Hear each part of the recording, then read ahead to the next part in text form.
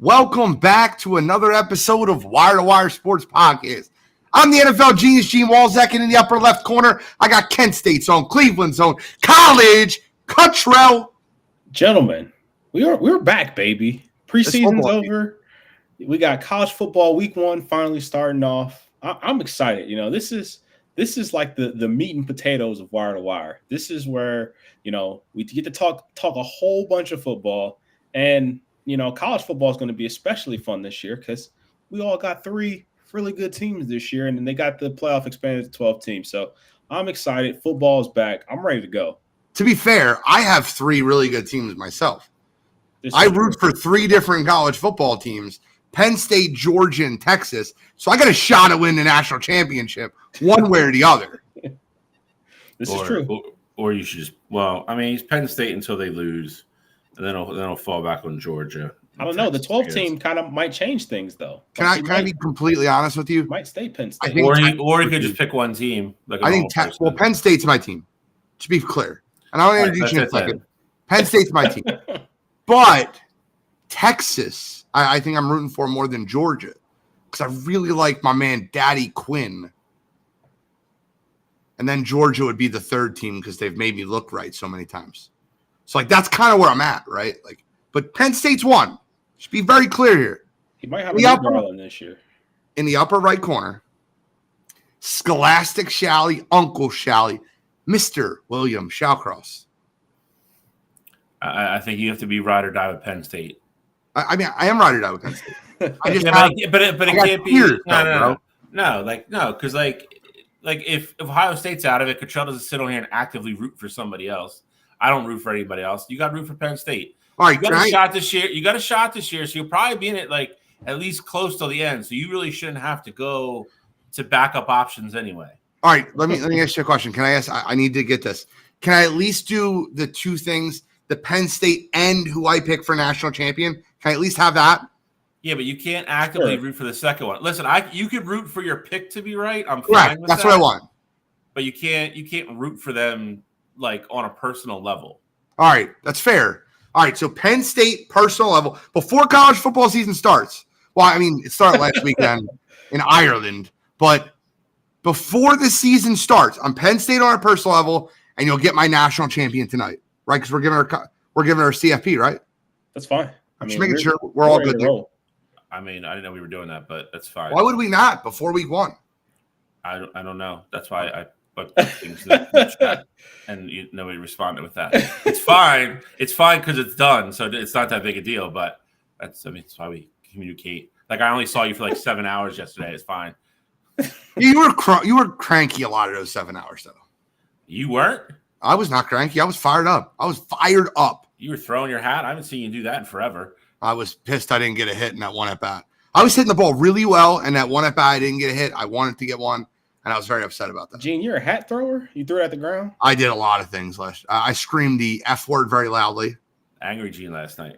Yeah, well, just for like one at bat though. This was all in one at bat? No. For the record, I personally like Angry Gene better, but for the record, guys, we have a loaded show tonight. This is normally his Bills time here, but I don't think he's going to do it. So I got to ask you now: are you still ready to jump off the ledge about the film? Oh, are we revisiting fair weather, Gene? Did they get no hit today? I didn't see the end of the game. Did they get no hit today? They were on the. I didn't see the finish, but they have a 4-game win streak. I'll look right now. Hold on. They got no hit. No, they had 3 hits. All right, good. They lost 10-0 to the Astros today. And no, it's not. We're not revisiting that. I wasn't revisiting. I was just asking for your personal, because I know where Bill stands.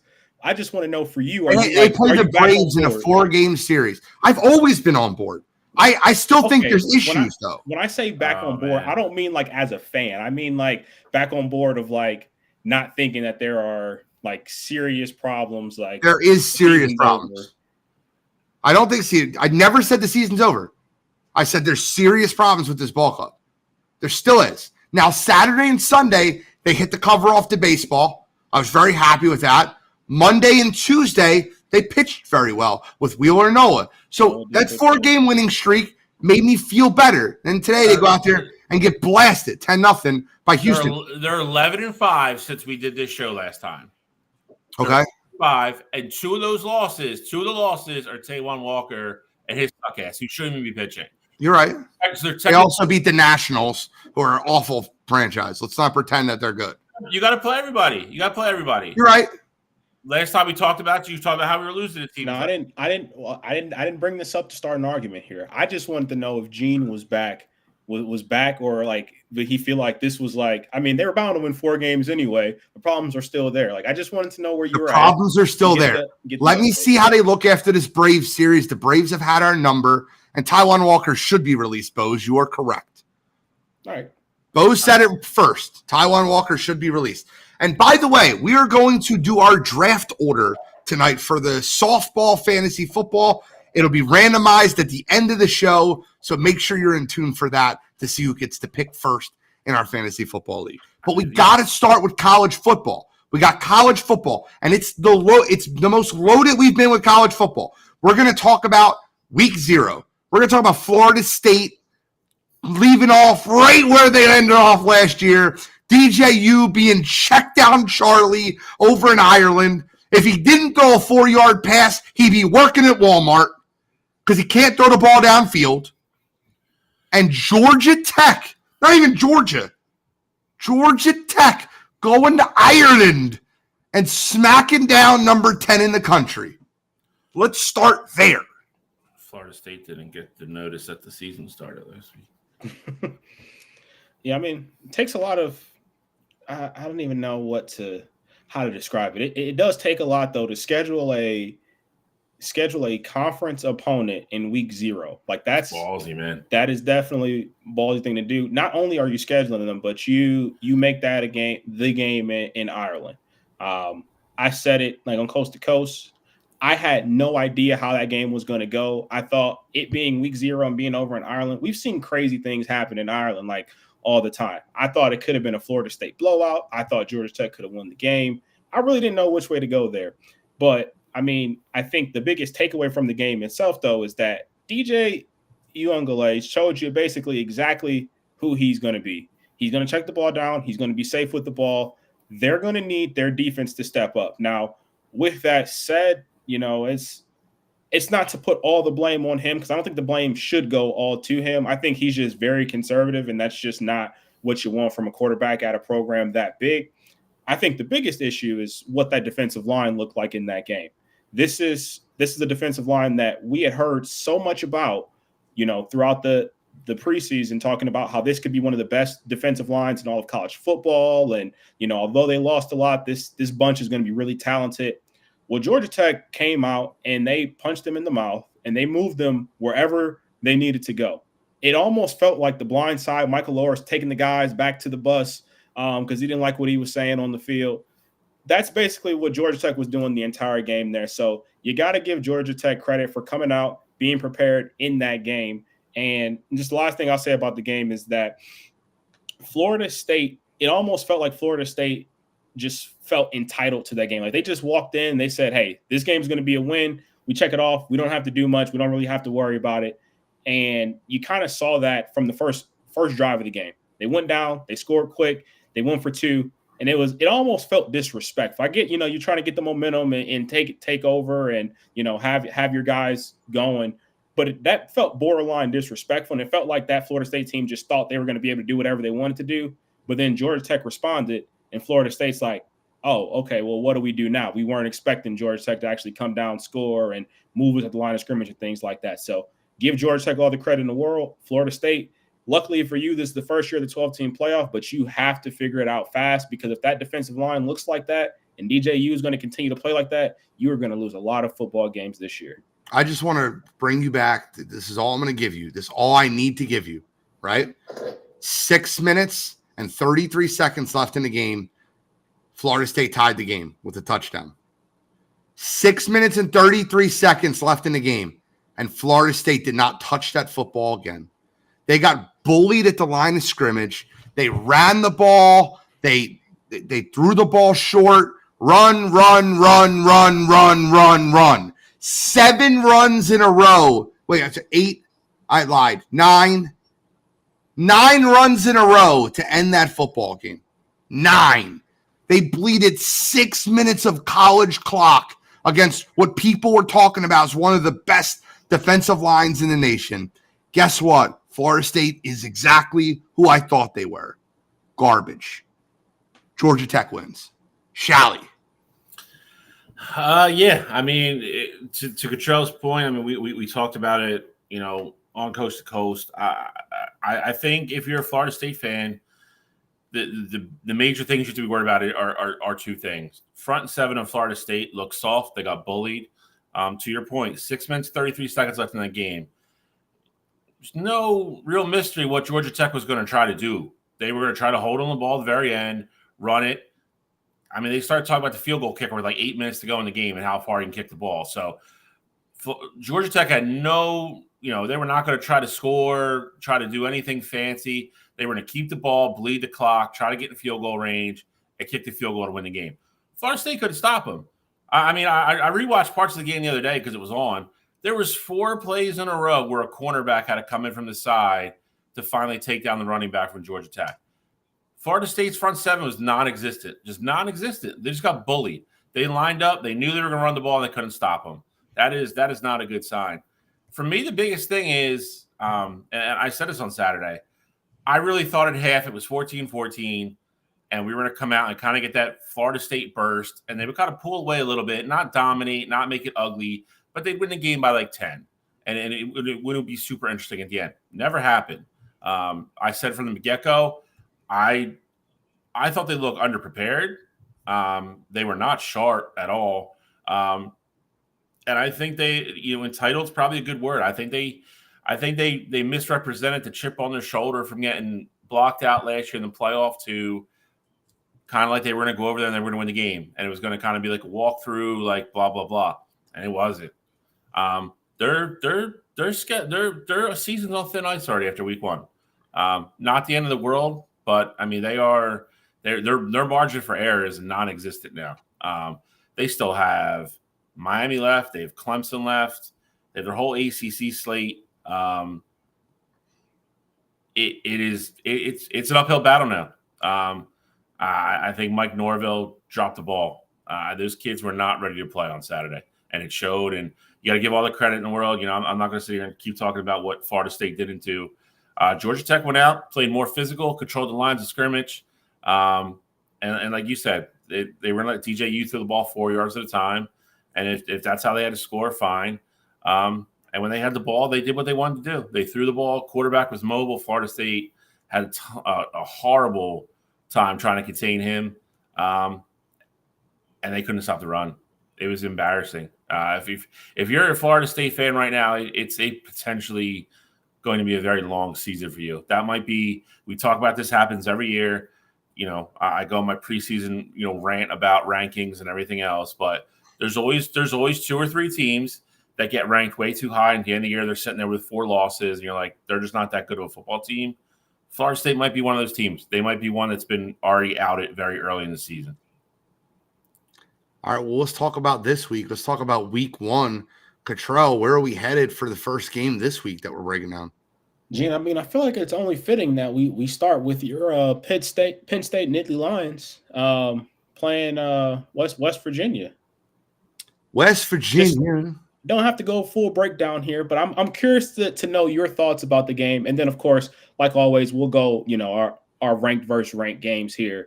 And then, like you always say, we'll give you more. We'll cover more games over on Coast to Coast, but always want to do the ranked v ranked games for us. But with it being week 1 and it being a game against West Virginia, who a lot of people think could be one of the sneaky good teams in the country this year, I'm curious to know your thoughts about that game.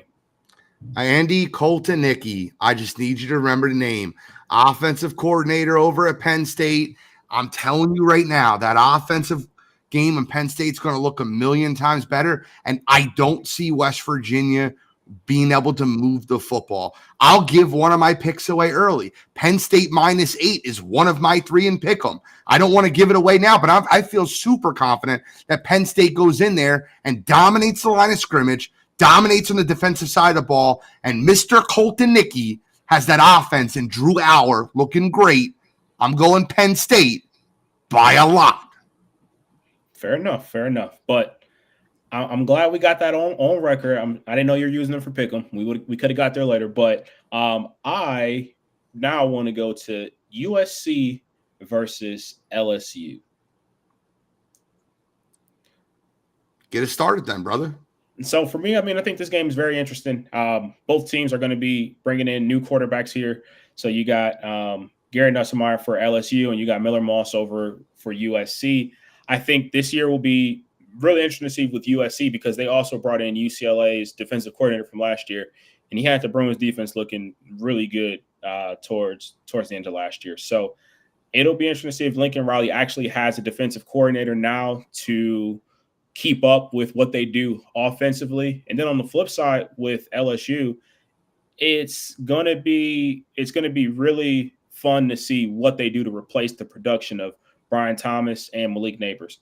Obviously, two incredibly talented kids there, but I want to see where that production from that LSU team is going to come from. Ultimately, I'm going to roll with USC to win this game. I think by the end of the season, you're going to notice that LSU is the better football team, but I think Lincoln Riley and what he's going to be able to do with that USC offense will just prove to be too much this early in the season, and I got USC getting the win at home. Shally, you on the same boat? Because I'm not. I will agree with Cottrell on this. I think this is one of the most interesting games of the weekend simply because I think these teams are two of the biggest mysteries for the year. We're already, Cottrell already mentioned what LSU lost. USC lost a lot, brought in a lot. I don't think their defense can possibly be as bad as last year, but, we'll find out. They LSU kind of has, and Gus kind of has an experienced kid that's been in the program for a while, never really had the spotlight to try to shine and do his thing. I think it's a very interesting game. I think USC, until I see USC tackle somebody and stop somebody, it's really hard for me to pick USC. I know LSU lost a lot, but I mean, again, they're bringing in top 5, top 6 classes every year. Not a Brian Kelly fan by any means, but that being said, I'm going to go LSU on this one.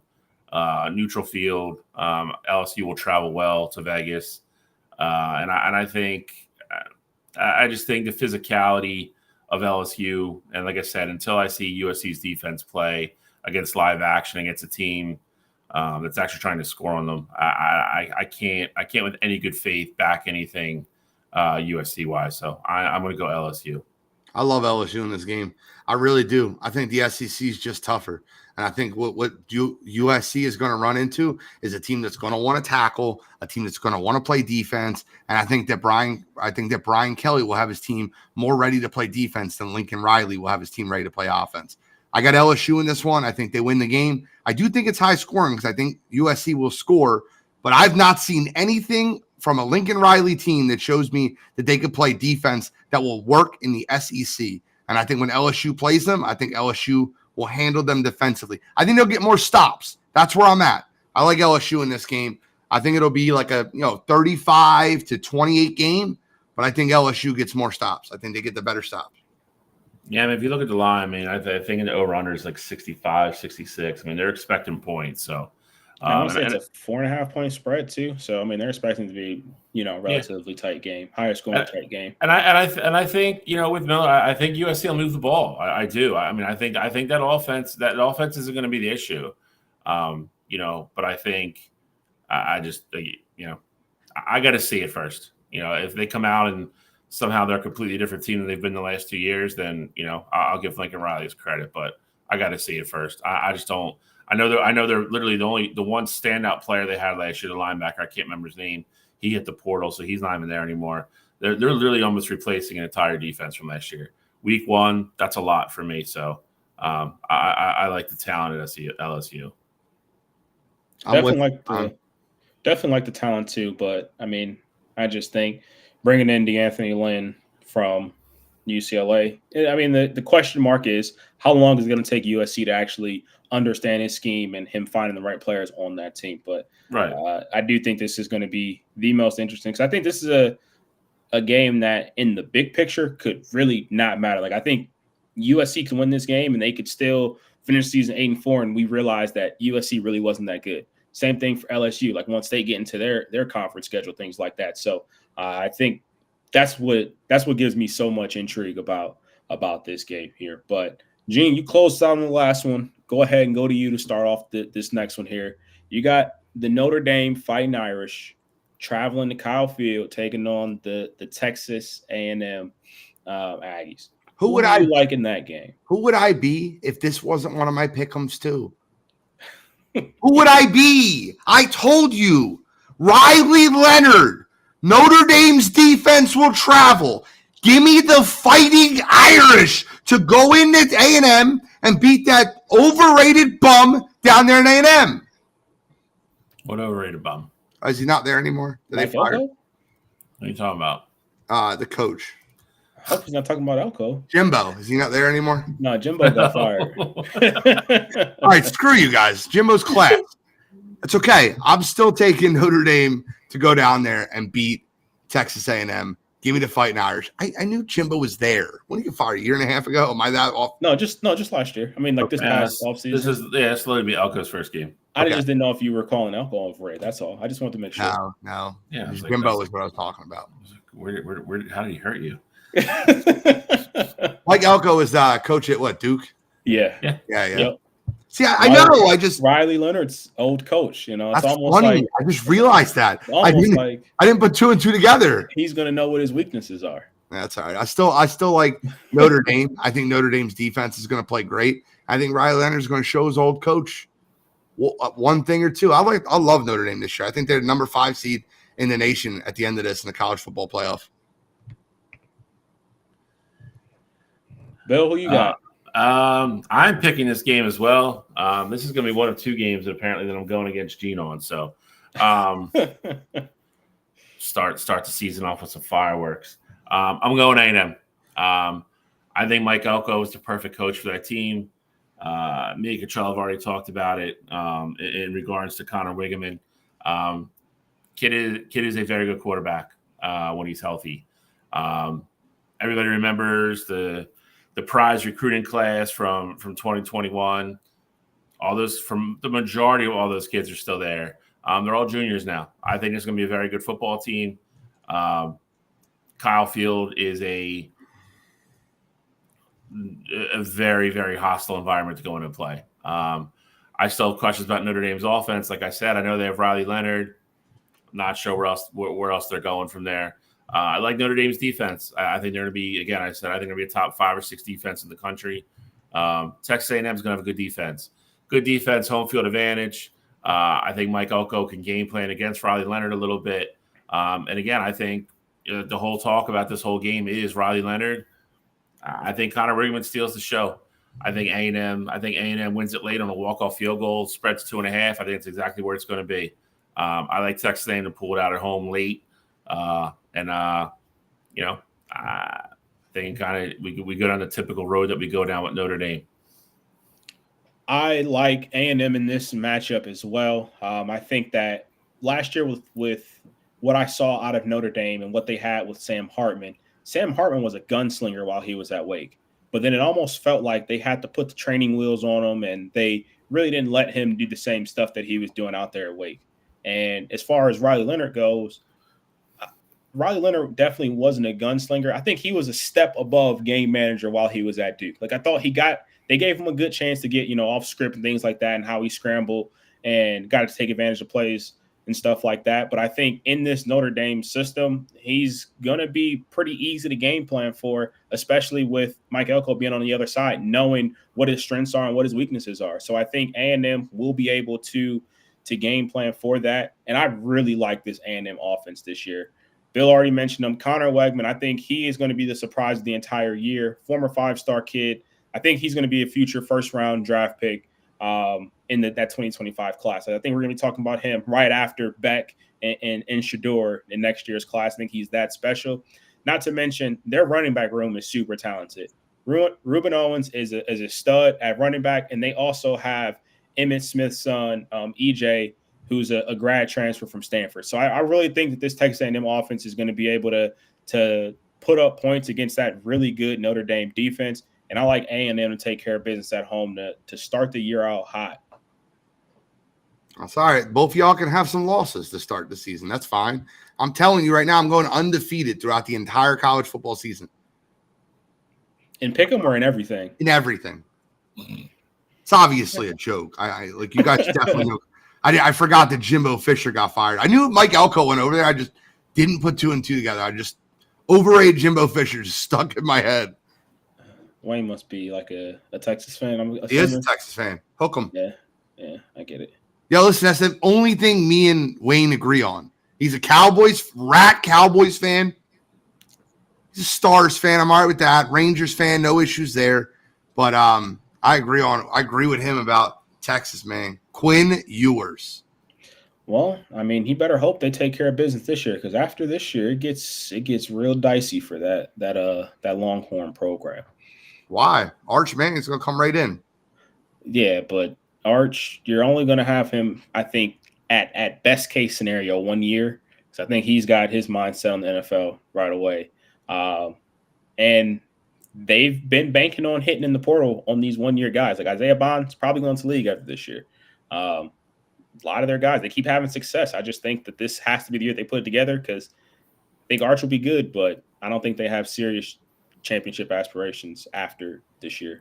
I'll say what I said on Saturday. I think last year's team is miles ahead better than this year's team. Listen, Isaiah Bond is ready. Quinn Ewers is going to be throwing him open.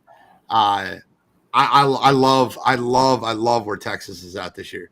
And I think CJ Baxter has a great year in the backfield. He's hurt. He's out. He's hurt. He's done for the year. The whole year. Whole year he's done. God damn it. I'm done. I'm not talking college football anymore. Maybe you should start watching Coast to Coast on Saturday mornings, 10 o'clock in the morning. There we go. All right, last game here. Gene, we got your beloved Georgia Bulldogs taking on the Clemson Tigers, Mercedes-Benz Stadium. Pseudo home game for Georgia. It's a blowout. Go Dogs. It's a blowout. Go Dogs. Georgia has the most talented team in the country right now, and I'll probably name 3 or 4 players that have already been hurt and are out for the year. That's okay. Travis's little brother Trevor in the transfer portal over in Georgia. Carson Beck back again. I think Georgia's defense tells you everything you need to know. I think that Georgia is going to be great on the defensive side of the ball, and their offense is going to be able to run the ball, and they have a very intelligent quarterback in Carson Beck that will be able to spread the ball around the field with Trevor Etienne running the football. Give me Georgia. Give me Georgia by a lot. Trevor Etienne is questionable for the game on Saturday. Might get suspended. I'm not quite sure what's happening there. Done. More, like I said, tune in Saturday. We'll have the up-to-date news on that one. Their backup running back, I believe, is out as well. He's recovering from foot surgery. Yeah, toe surgery. That being said, the premise of Gene's preview, I agree with. I think Georgia wins. I do think this year's gonna be a little bit, I don't want to say backwards, but I think the offensive unit's going to be slightly better than the defense this year. I think Carson Beck's going to be a huge year. He's one of my Heisman finalists. I think I talked about it earlier with Florida State, though. I think Kirby Smart will have this team very motivated. I think it's one of the things that's kind of slid under the radar and people don't remember from last year. They were extremely pissed, and they thought they were deserving to be in that Final Four of the college football play with only having 1 loss to Alabama. They're kind of back into being the hunter mode now. They're not the hunted anymore. And then especially with what happened last weekend with Florida State, I think Georgia will be very, very primed and very ready to go in Atlanta on Saturday night. I think Clemson is going to be a good football team. I don't think Clemson's going to beat Georgia on Saturday. I don't know if it's a blowout. I mean, that might be the one thing I disagree with Gene on a little bit. I think Clemson is kind of actually one of those under the radar teams this year. But that being said, I think Georgia, think Georgia handles business. I do think they're one of the top 2 most talented teams in the country, and they get a big ranked win under their belt week 1 right off the bat. Gene, I'm with you. I got Georgia by blowout. I think they blow the doors off this Clemson team here. I'm not a big believer in what Clemson does. I think that Cade Klubnik is still a mystery. I think the talent is there. It's just a matter of how much do they get it out of him. Phil Maffa being the starting running back this year, he had a lot of carries last year, so I do think that is one thing that's going for them. But with this Georgia defense, if Clemson gets behind early and they are forced to throw the ball and really kind of get away from that run, I really think this game can get ugly real fast. I think Georgia has better athletes, and while I do like Clemson's defense this year, I just think their offense as a whole is just not where you need it to be to beat a team like Georgia. So, not to mention the fact that this is a pseudo home game, like Bill mentioned earlier, because it's getting played in Atlanta. So, not far from Clemson either. I think they will still travel well, but that's basically a home game for Georgia. Georgia's been in the SEC championship the last 3 years in a row. They've played there for a national championship. Like, that's basically their second home away from home. So I like Georgia. I like Georgia big. I think the spread's at 13.5. I think they crushed that. I think this is a 24, 27-point win for Georgia to start off the year. By the way, Derek, I'm right there with you too. We both got to watch some more coast to coast. Unfortunate for me, I work Saturday morning, so it's really tough for me to catch it, but I can catch it afterwards. And that's what I got to do to keep up to date with all these injuries and suspensions that I'm not banking on. And it's kind of bullshit. I'm kidding. I have my strong convictions and I'm sticking with them. So screw both you guys. Screw you guys. I'm going home. All right. So you guys. Let's do pick 'em and then we'll do our college football playoff championship. All right. I'm down. All right. Well, why don't you start with pick 'em?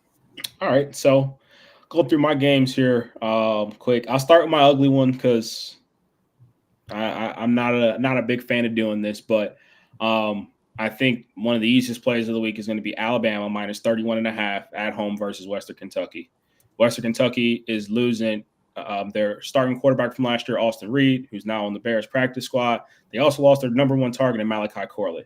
So you're bringing in a brand new quarterback and, figuring out where your production is going to come on offense week 1 against Alabama in Tuscaloosa. I understand this is Kalen DeBoer's first game with Alabama, and there's probably going to be some growing pains there.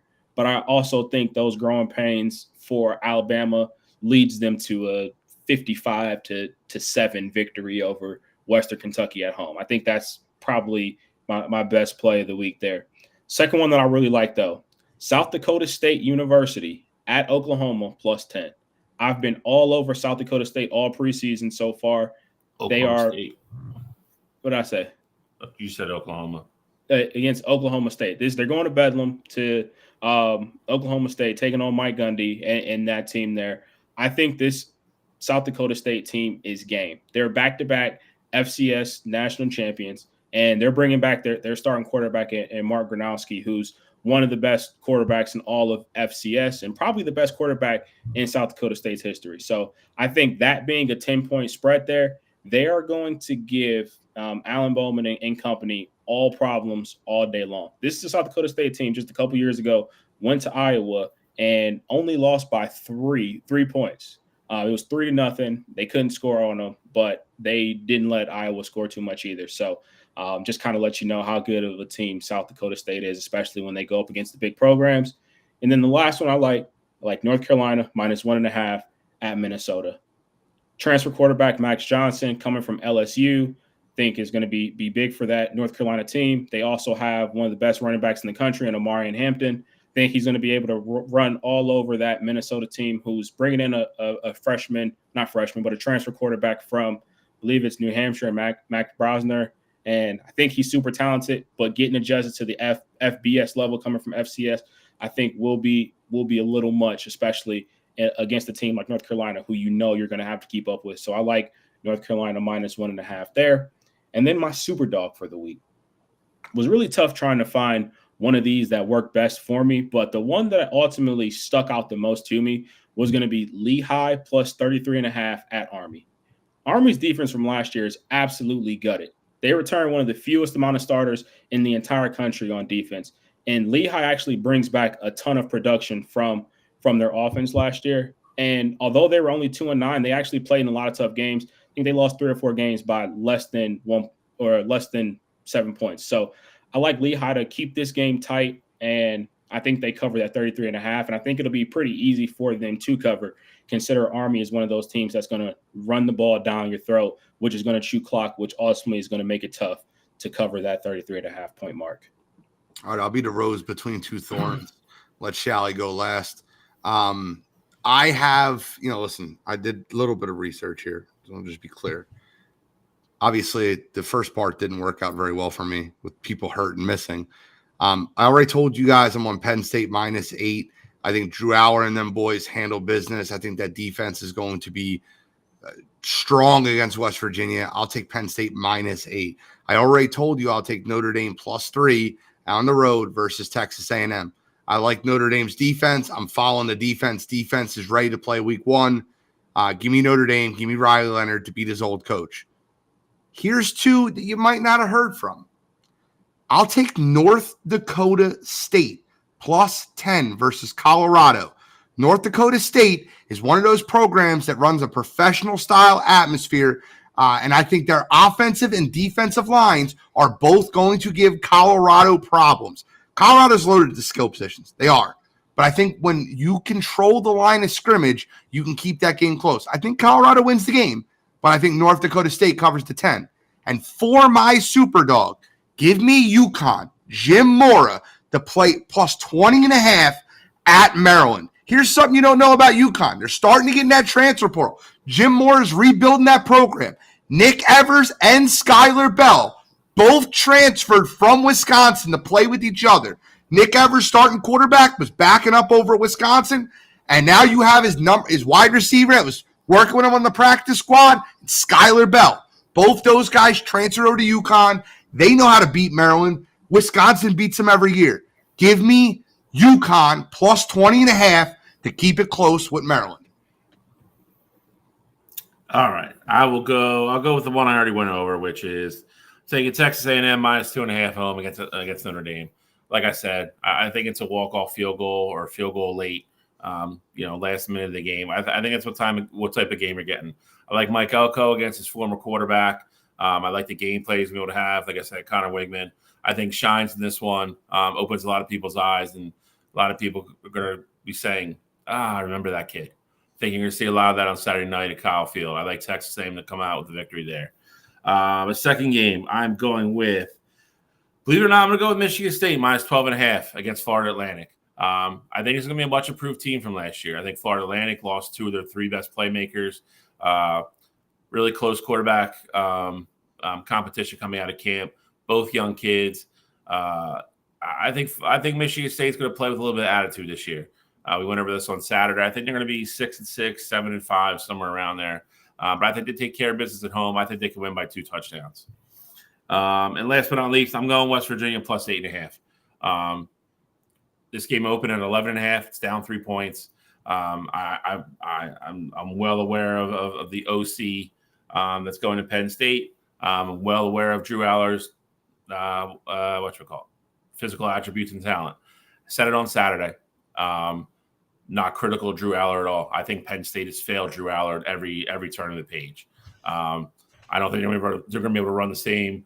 Obviously, they're not going to run the same offense they ran with Jalen Daniels in Kansas. West Virginia is the defense. Last 5 games of the year, Big 12 play, only gave up 20.8 points a game. 8 returning starters on the defensive side. I like their quarterback. The kid's a gamer, Connor Green. Verticals, they throw them a lot. I think you're going to test both those new Penn State cornerbacks early. Don't think Penn State loses the football game. Morgantown's a tough place to play. That place will be rocking on Saturday. Hostile environment. I think they keep it close. I think they keep it within a touchdown. I think Penn State wins. I think West Virginia covers. And then for my super dog, this number just seems insane to me. Temple is not a world beater by any means anymore. They're returning a lot of kids from last year's team, though. 42.5 on the road against Oklahoma. That's a lot. 6 touchdowns. I fully expect Oklahoma to win and win big. I just feel like 6 touchdowns is a ton. 42.5. I'll take Temple, and I'll take my shot with my Super Bowl. It's funny. Stan Drayton is the coach. He's a Philadelphia guy. Returned to Philadelphia to coach Temple, and he's a local guy. He's definitely going to have those guys playing tough and playing with pride. If there's one thing you will say about Temple football this year, they will play hard and they will play tough. I don't think they're going to win that game, and they might not cover the 42.5, but I guarantee those guys are out there playing their ass off. Interesting spread there too. I mean, Jackson Arnold's first real game as like the guy in Oklahoma. Yeah. So 42.5 a lot is a big number. And then yours, Gene, it's actually interesting too, because your game that you went for your Super Dog, Maryland's first time not having Talia as their quarterback in 4 years. So it's gonna be interesting for sure. Jim Moore has done a good job with that UConn program. They used to be the biggest walkthrough. They're getting better and better each year. I've only followed it because we used to play softball with one of the guys' brothers that plays on the team, backup quarterback. But, the only reason I started following UConn football. But being able to follow that program and see what Jim Moore has done over there, and then get both transfers from Wisconsin, like both were backups, both didn't play much. I get it. But if you're talking about both backups didn't play much and they transferred to the same school together, they probably got a little work together. I don't know. Just guessing. For sure. We'll see how it plays out. Now, so listen, for CFP, right? I don't know how we should do this. I don't know how to give you 12 teams, right? Like I don't. But I can give you who I think will be the final 4 teams. And I'm telling you who the best 4 teams in the nation are. And that's what I'm going to how they get there. I think these will be the final 4 teams. Are you giving me 12 teams? Do you have 12 teams to put in here? I do. I mean, I'll figure it out. Go ahead. I'll figure it out. All right. Well, Bill, you want me to go first? Or you want to go first? You can go first. All right. So let me get my handy. Still trying to see if I can talk myself into saying mine out loud. So we'll see. All right. Let me get my handy dandy. I wonder what that means. My handy dandy notes out here. So I'm already nauseous, Gene. So I'll go through my 1 through 12 here. So my number 1 seed going into the playoffs is going to be Georgia. So I like Georgia. I like Ohio State. Still like Florida State, and I like Utah to be the 4 teams that get the bye from winning their conference. In the group of 4, the Power 4 there. My next 8 are going to be Texas, and this is in no order here either. I don't want to give them to y'all.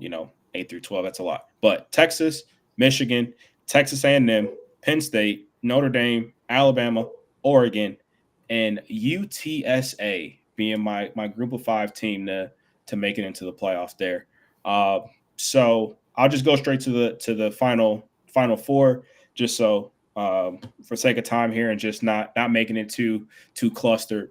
But in my final 4, I have Georgia going up against Texas A&M on one side, and I have Penn State going up against Ohio State on the other side. And for those of you keeping track at home, that is what I have in my SEC final, and that's what I had as my Big Ten final. So I think it's going to be a rematch of the 2 best conferences championship games, and I like the winner from both that I had in the regular season, the conference championship games, Georgia and Ohio State to advance, and then from there, I like Ohio State to come out as your national champions this year, just with what they have coming back this year, all the talents on the roster. Really think this is a put up or shut up year for them. And if it doesn't happen this year, then I think it's going to be a while before I can truly say that.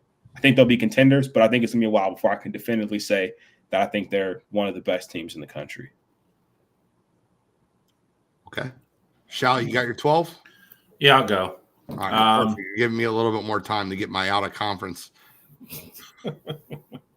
All right. So I'll go with my top 4 seeds, which are going to be the buys. I have Ohio State winning the Big Ten, Georgia winning the SEC, Clemson winning the ACC, and Utah winning the Big 12. My group of 5 winners is going to be Boise State, who I have at the 12th seed. And then the other teams qualifying, I have Oregon, Texas, Penn State, Notre Dame, Ole Miss, Alabama, and Michigan. Won't go down like Cottrell said. I won't go game by game. My Final Four, correct me if I'm wrong, Cottrell, but my Final Four, I have Georgia versus Texas, and then Oregon versus Ohio State, I believe. Give me 1 second here. I will let you know. I believe that is right, though. Yeah. Ohio State versus Oregon, Texas versus Georgia. Yep, that's correct. Okay. Neutral field. I think Ohio State will take care of Oregon in a neutral field as well. I believe Georgia will beat Texas. Brings us to that national championship game. Kind of really not hitting the fact at all. I love Georgia. I think Ohio State, with what they did this year, with what they have coming back, if they're smart and the way they play, I think they have the best. I think they have the best talent. I think they have the best roster in the country. I have Ohio State over Georgia in the national championship game, kind of an all-time instant classic type football game, because I think that's what it's going to be. But I think the way Ohio State's going to play football this year, I think it's going to be. I think they've learned and kind of regrouped a little bit, and they spent a lot of money. But I think, to Cottrell's point, I think it's put up or shut up this year. If they don't win it this year, don't know when they're going to. So I'm unfortunately going to say the Buckeyes hoist the trophy this year. Okay, here are my 12. I did them in order, too. I have Ohio State finishing number 1, Georgia 2, Utah 3, Miami 4. That's your big conference winners on all 4. I have Notre Dame 5, Texas 6, Oregon 7, Penn State 8, Michigan 9, Ole Miss 10, Kansas State 11, and Boise State 12. Like that. Okay. My final 4 teams, based on the way these teams will play out, I have the same Final Four as Shally does. Ohio State, Oregon, Texas, and Georgia. They're my Final Four.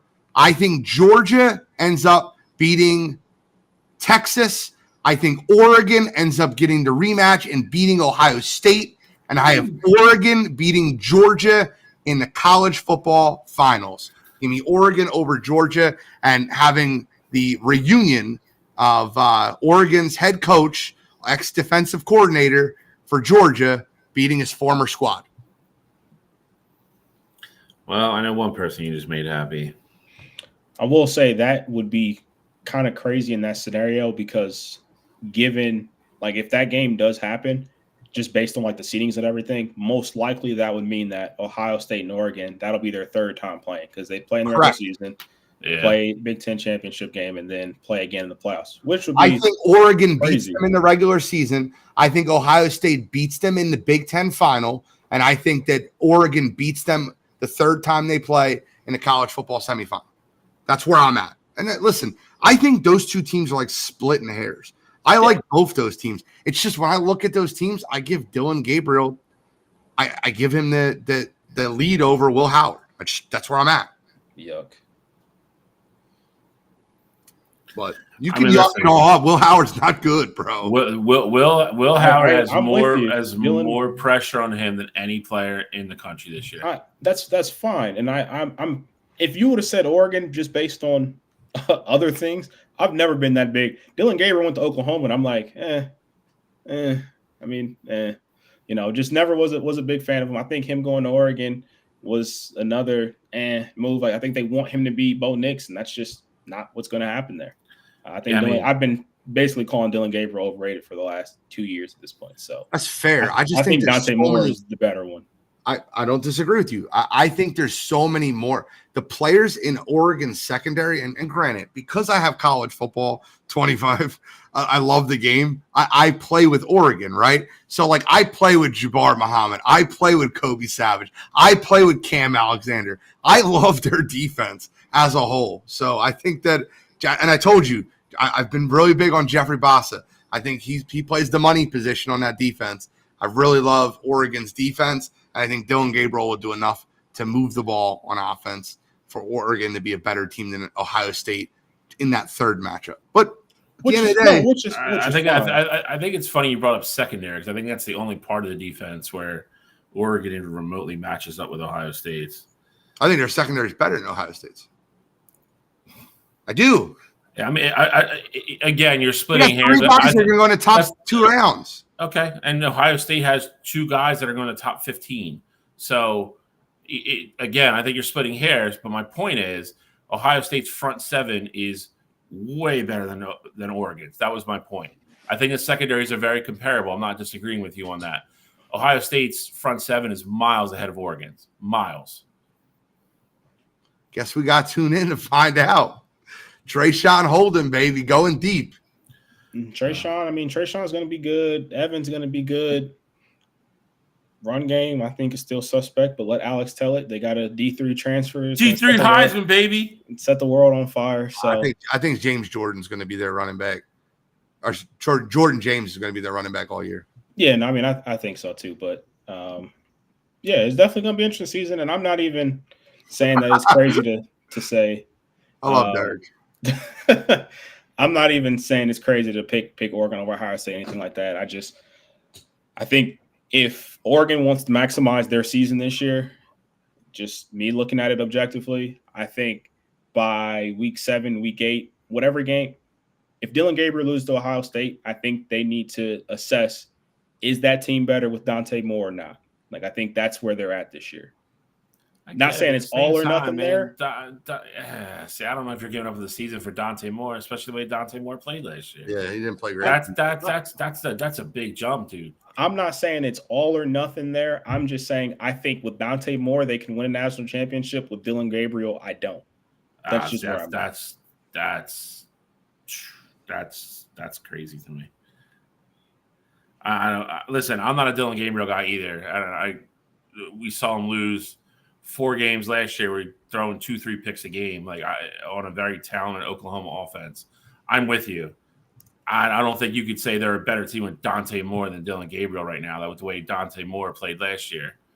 And not seeing him do anything. I mean, let's be honest. We haven't seen him playing camp or do anything like that. So to say, I just don't think. Listen, I'm not saying Oregon's all in, as in because they're not going to have as much as a reload in 2026 as some of the other teams are. You talked about that earlier a little bit, but this is Dan Lanning's best shot by far to get to the promised land. I don't think you're going if they lose 1 game to Ohio State, who is consensus either 1 or 2 in the country by everybody. If you lose that game, I don't think you go, all right, well, we're going Dante Moore now. I think that's nuts. And I think that's crazy. Just to be clear, Dillon Gabriel has not had a 2 interception game since 2022. He threw 1 interception he had 6 interceptions total last year. And the last time he had a multiple interception game was versus Baylor in 2022 in a game they lost 38-35. I think Dillon Gabriel, and by the way, hold on. Let me get my 10 cents in.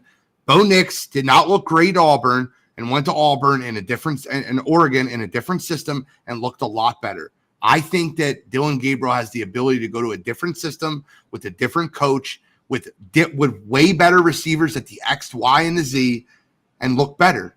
The system can make a quarterback. You're right, but I mean, damn, this is his 3rd college in 6 years. So I mean, Dillon at this point, Dillon Gabriel, he is what he is. It's different. Bo Nix went to Oregon, and it was all right. He had a couple years at Auburn. Now he's got 3 years at Oregon.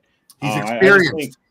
I get it. I get what you're saying. And Bill, to your point about Dante Moore, I shouldn't have phrased it as if they lose to Ohio State, that should be just when they pull the plug on it. But I think they need to gauge it week by week. I think if Dan Lanning was smart, he would have kind of went into it. Dillon Gabriel is your clear-cut starter, but low-key there was this quarterback battle that you were having. All right, let's see what Dante's reps looks like this game, things like that. And I think Oregon's schedule is tailored to the fact that they have a lot of games where you're going to see Dante Moore get some playing time and you're going to see him throw the rock. I think this can be very similar to, again, talent-wise, it's not the same, but I think it could be very similar to what you saw with Michigan a couple years ago when they had Cade McNamara, who was their bona fide starter, but they had JJ in the wings just kind of waiting there and ultimately started to take over that job. I think Dante Moore is more talented than what Dillon Gabriel is, and I think Oregon has a higher ceiling with Dante Moore. Now, I don't think you can just throw Gabriel away for one bad game or anything like that. But I think if, Oregon's offense looks a little stagnant and it just doesn't click how it's been last year with Bo Nix, I think then you start to think about Dante Moore and getting him some reps there. It goes Derek Dempsey, marry the coach to the quarterback. Appreciate you. Listen, keep using that. Keep using that. We're going to make that into a thing. Marry the coach to the quarterback.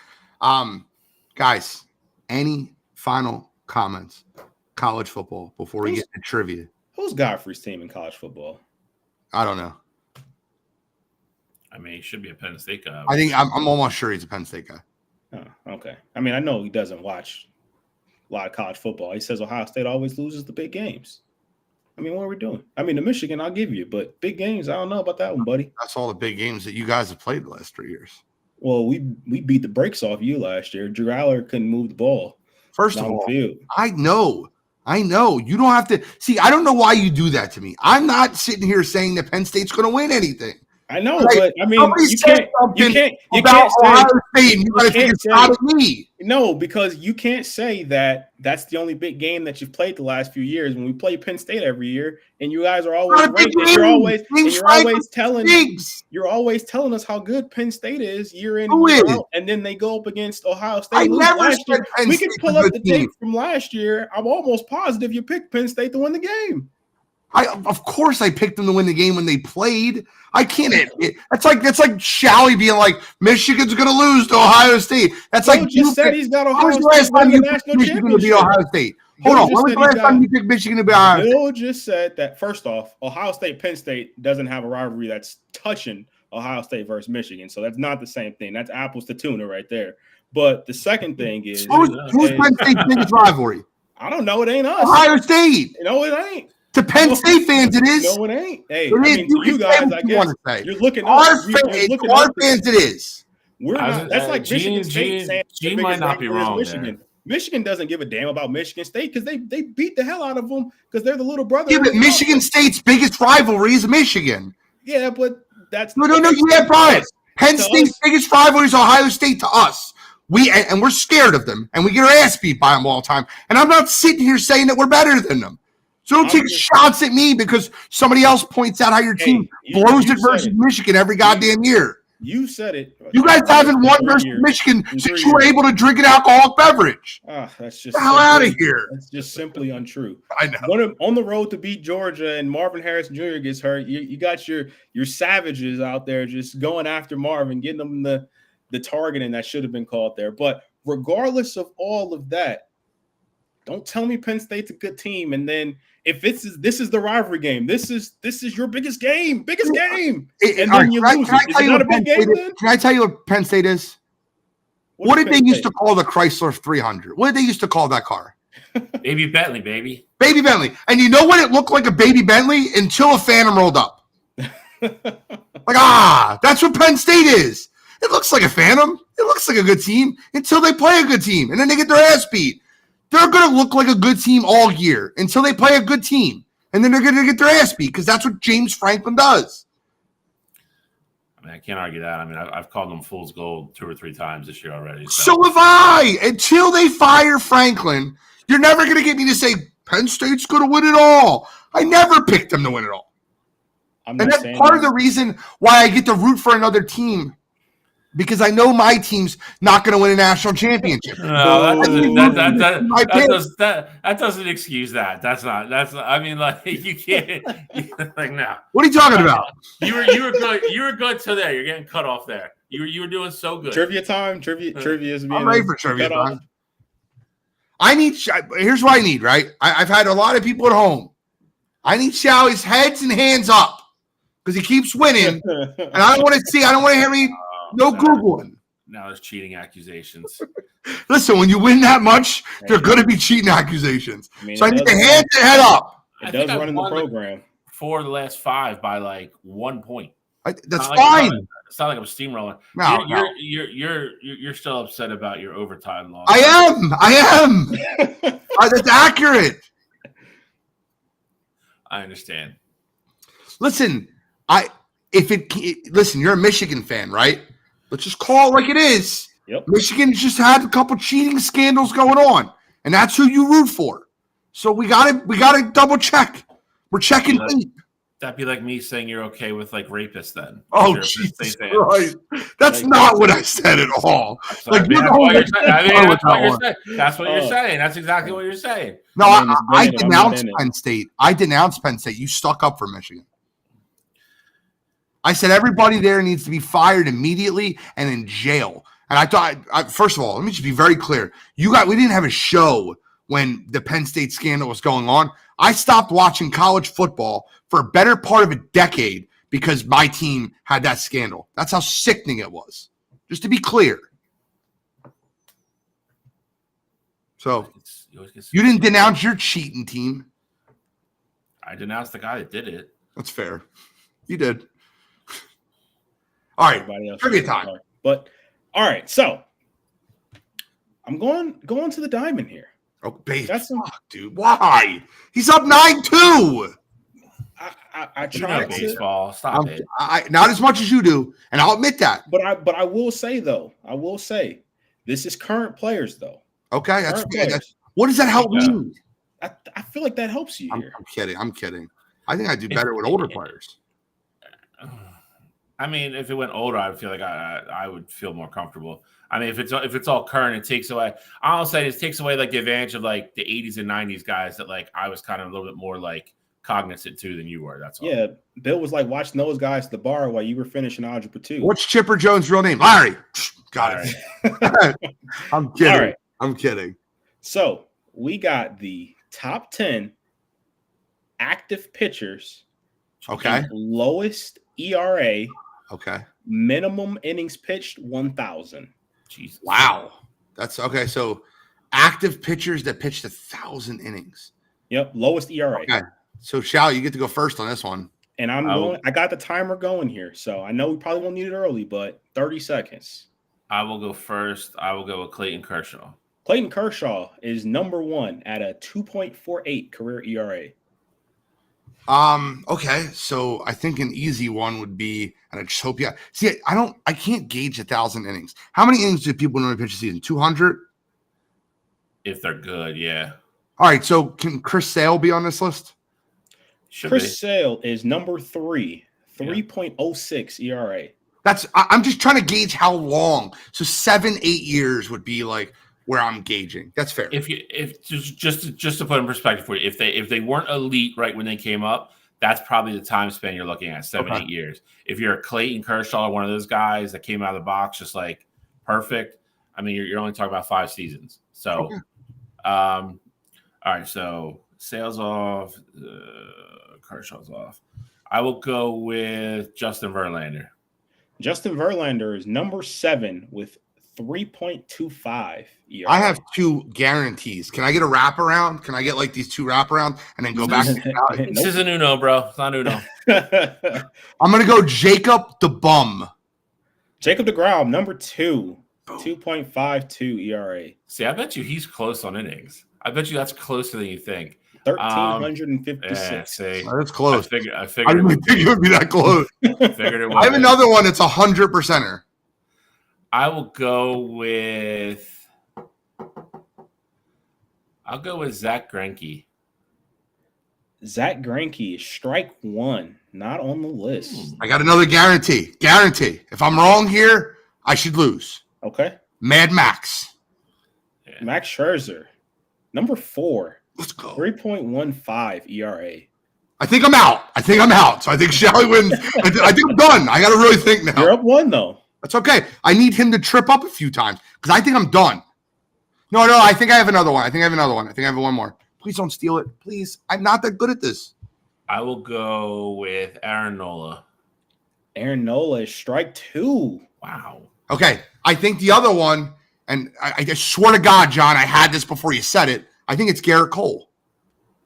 Garrett Cole is number 5. Let's go. 3.18 ERA. So we have the top 5 and then number 7. Correct. You were missing 6, 8, 9, 10. Active guys. Is he still active? I don't know if he is.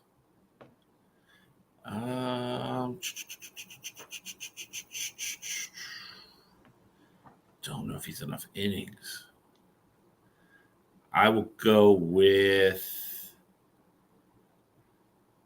I don't think he has enough innings.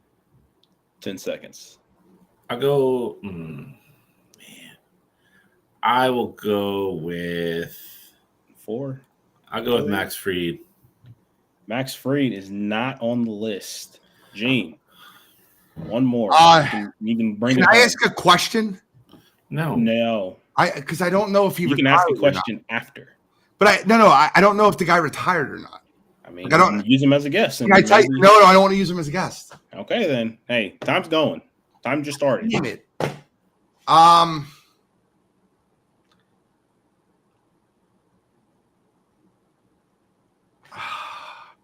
How much time I got left? 17 seconds. I'm between two players.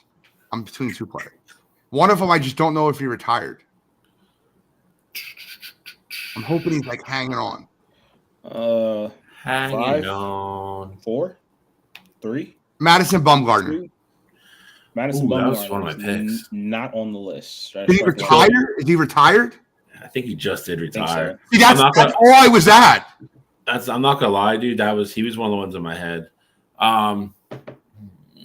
That's because, like, in my head, I was thinking, did he retire or not? That's it. I think he would be on the list. Can you see if he retired now that I asked the question? Because I think I'm right. I think he actually just retired. Like, like 2 weeks ago. Yeah, that screws me then. Max Bumgarner. Let's see. Look at this. The chat. It's not me. It's the chat. No, I found it all. I'm kidding, bro. I'm kidding. I'm literally just I'm busting balls. I will go with Christ. I mean, he's better than them. 14 seconds here, by the way. You're doing a good job with the timer. I appreciate that. I will take. I mean, his number's probably under Nola. I'll go with Wheeler. Zach Wheeler is number 8. God damn it. 3.37 ERA. Damn it. Well, the other guy I was with is Blake Snell. I just don't know if he has 1,000 innings yet. That's my guess. Blake Snell. Blake Snell, number 6. 1,000. How many innings? 1,068 innings. I swear to God, the only reason I didn't say Snell right away before Mad Bum is I didn't think he had 1,000 innings yet. 3.23 ERA. I believe that is it. Well, there's two more names on here, but I'm up 2, right? Yeah. Well, you can catch up. I don't want. I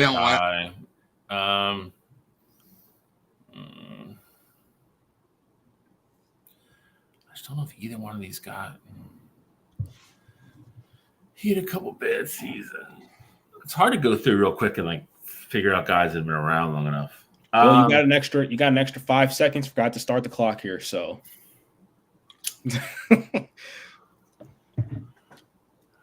Oh man, come on! If he misses one, though, I win, right? We don't keep going. That's it'll be over. Come on, miss one for me. Stop it, John! I don't need to stop giving him goddamn answers. What? I'm gonna go with my gut on this one because the kid's been around like forever now. And he had a couple really, really good seasons. Right. I will go with Sonny Gray. Sonny Gray, number 10, 3.50 ERA. I'm out now, though. That's the problem. Do you want to concede? I'm not conceding anything. I'm out. I'm completely out.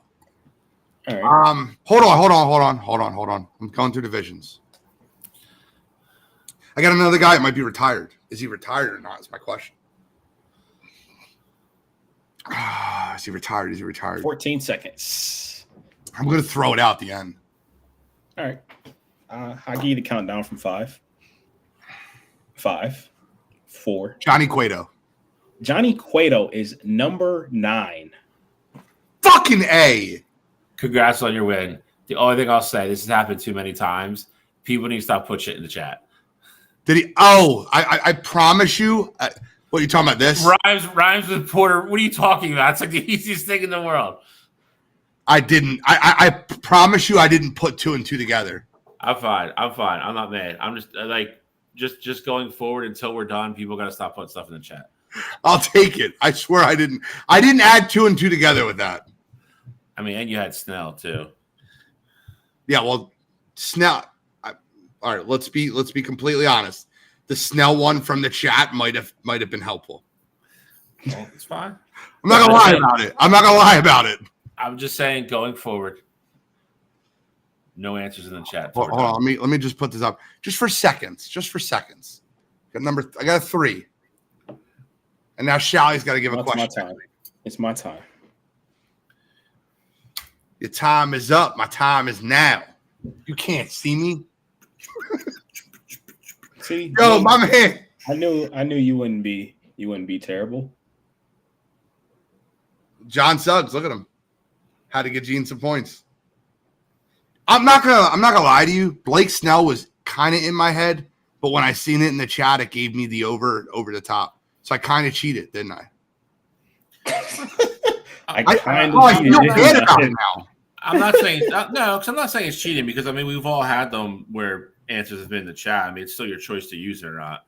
But I mean, the Johnny Cueto one was kind of. I promised the Johnny Cueto one. I didn't even get the Puerto Rico one. I didn't get that. I swear to you. That's not where I got that from. I went through the NL Central and I was going through pitchers and I almost said Corbin Burns, if I'm being honest with you. And then I went to Cincinnati and I'm like, Johnny Cueto, is he still in the league? That's why I said, is he still in the league? Hey, how close is Corbin Burns? Or is he not at the innings yet? Let me see. He's got to have innings. Because Corbin Burns was going to be one of my guesses too. Where's Luis Castillo on the list? All right, guys, give me a second here. Let me get the list back up here. All right, so, Luis Castillo is number 11. He's at 3.55. Yu Darvish is number 12, 3.57. I would have never. Nola was at 16 with the 3.67. Who else did you guys ask about? I wanted to know Corbin Burns. He must not have the innings yet because he's not on here. Probably go over it this year then. Corbin Burns career innings pitched. Yeah, see? Now to call me cheaters in the chat. Yeah, he's only at 868 at this point. They say he's 132 short, so he'll go on. Yeah, I didn't understand it either, Michael. I swear to God, I didn't understand it. Porter potty. I didn't really get that. 132 innings short. Okay, so he'll go over it this year.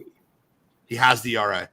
Corbin Burns was. I went through Milwaukee and then I got to Cincinnati and I thought Johnny Cueto from Cincinnati. That's how I got to Johnny Cueto. It had nothing to do with the porter potty comment. I was kind of on Castillo, and then I saw that comment, so I was like, somebody looked it up, and then I went to Johnny Cueto immediately. I figured that's what it was going to be. Yeah, Marcus Stroman is kind of a surprise name. I mean, he was good for a while, but he's at 15. All right, Bose is in the chat. Can we do the quick fantasy order for 1 second? Well, is everybody else in the chat? I mean, doesn't matter. One. I just want somebody there. We're just going to do it live so everybody knows we're not cheating. You're here. Bose is here. I don't care. Real quick, this is the softball fantasy order. I'm going to share my screen. This is not the order. I'm going to hit again. Now, I did it twice. See, it says randomized list twice. Once was to try it out, and once was to show them how it worked. Can you guys confirm that? Doesn't matter. I'm doing it now. This is the order. Whatever this order is will be the order in which you guys can pick. We'll take a picture, we'll screenshot it, and that'll be that. Are you guys ready? Ready. Bose, number 1. Bose, look at that. Me and Shally, not bad. 3-4, I'll take it. Benny, 2. This is just to pick where you're drafting, just to be clear. Need to take a picture of that real quick. I'll take a picture just so we don't lose it. And that'll be the order. Bose can pick where he wants to draft first. Way to be, Bose. It's because he was here. That's exactly why. All right. Running backs. Before we do running backs, can we talk about the CD Lamb contract? I want to talk about that first. Absolutely. CeeDee Lamb got paid. And the thing that, listen, first of all, I wasn't surprised CeeDee Lamb got paid. I wasn't surprised he had the second highest annual salary of a non-quarterback ever. I wasn't surprised at the contract. I'll tell you the one thing that surprised me. As soon as CeeDee Lamb's contract got paid out, Cincinnati still didn't pay Jamar Chase. Just add $1 and send him the goddamn contract. What else do you got to do? It makes it so easy for you as a Bengals owner and GM to go, CeeDee Lamb got this. We're going to have to pay Jamar Chase more than that. So add $100 to the contract, and that's your contract, Jamar Chase. They all want the highest. That's what they want. That's what I would have done. Because, I mean, at that point, like you said, you're just taking the pristine of it and be like, all right, you're the highest paid wide receiver in the game. The fact that they didn't, I mean, now you're just letting Jamar Chase and his team sit there and come up with different numbers.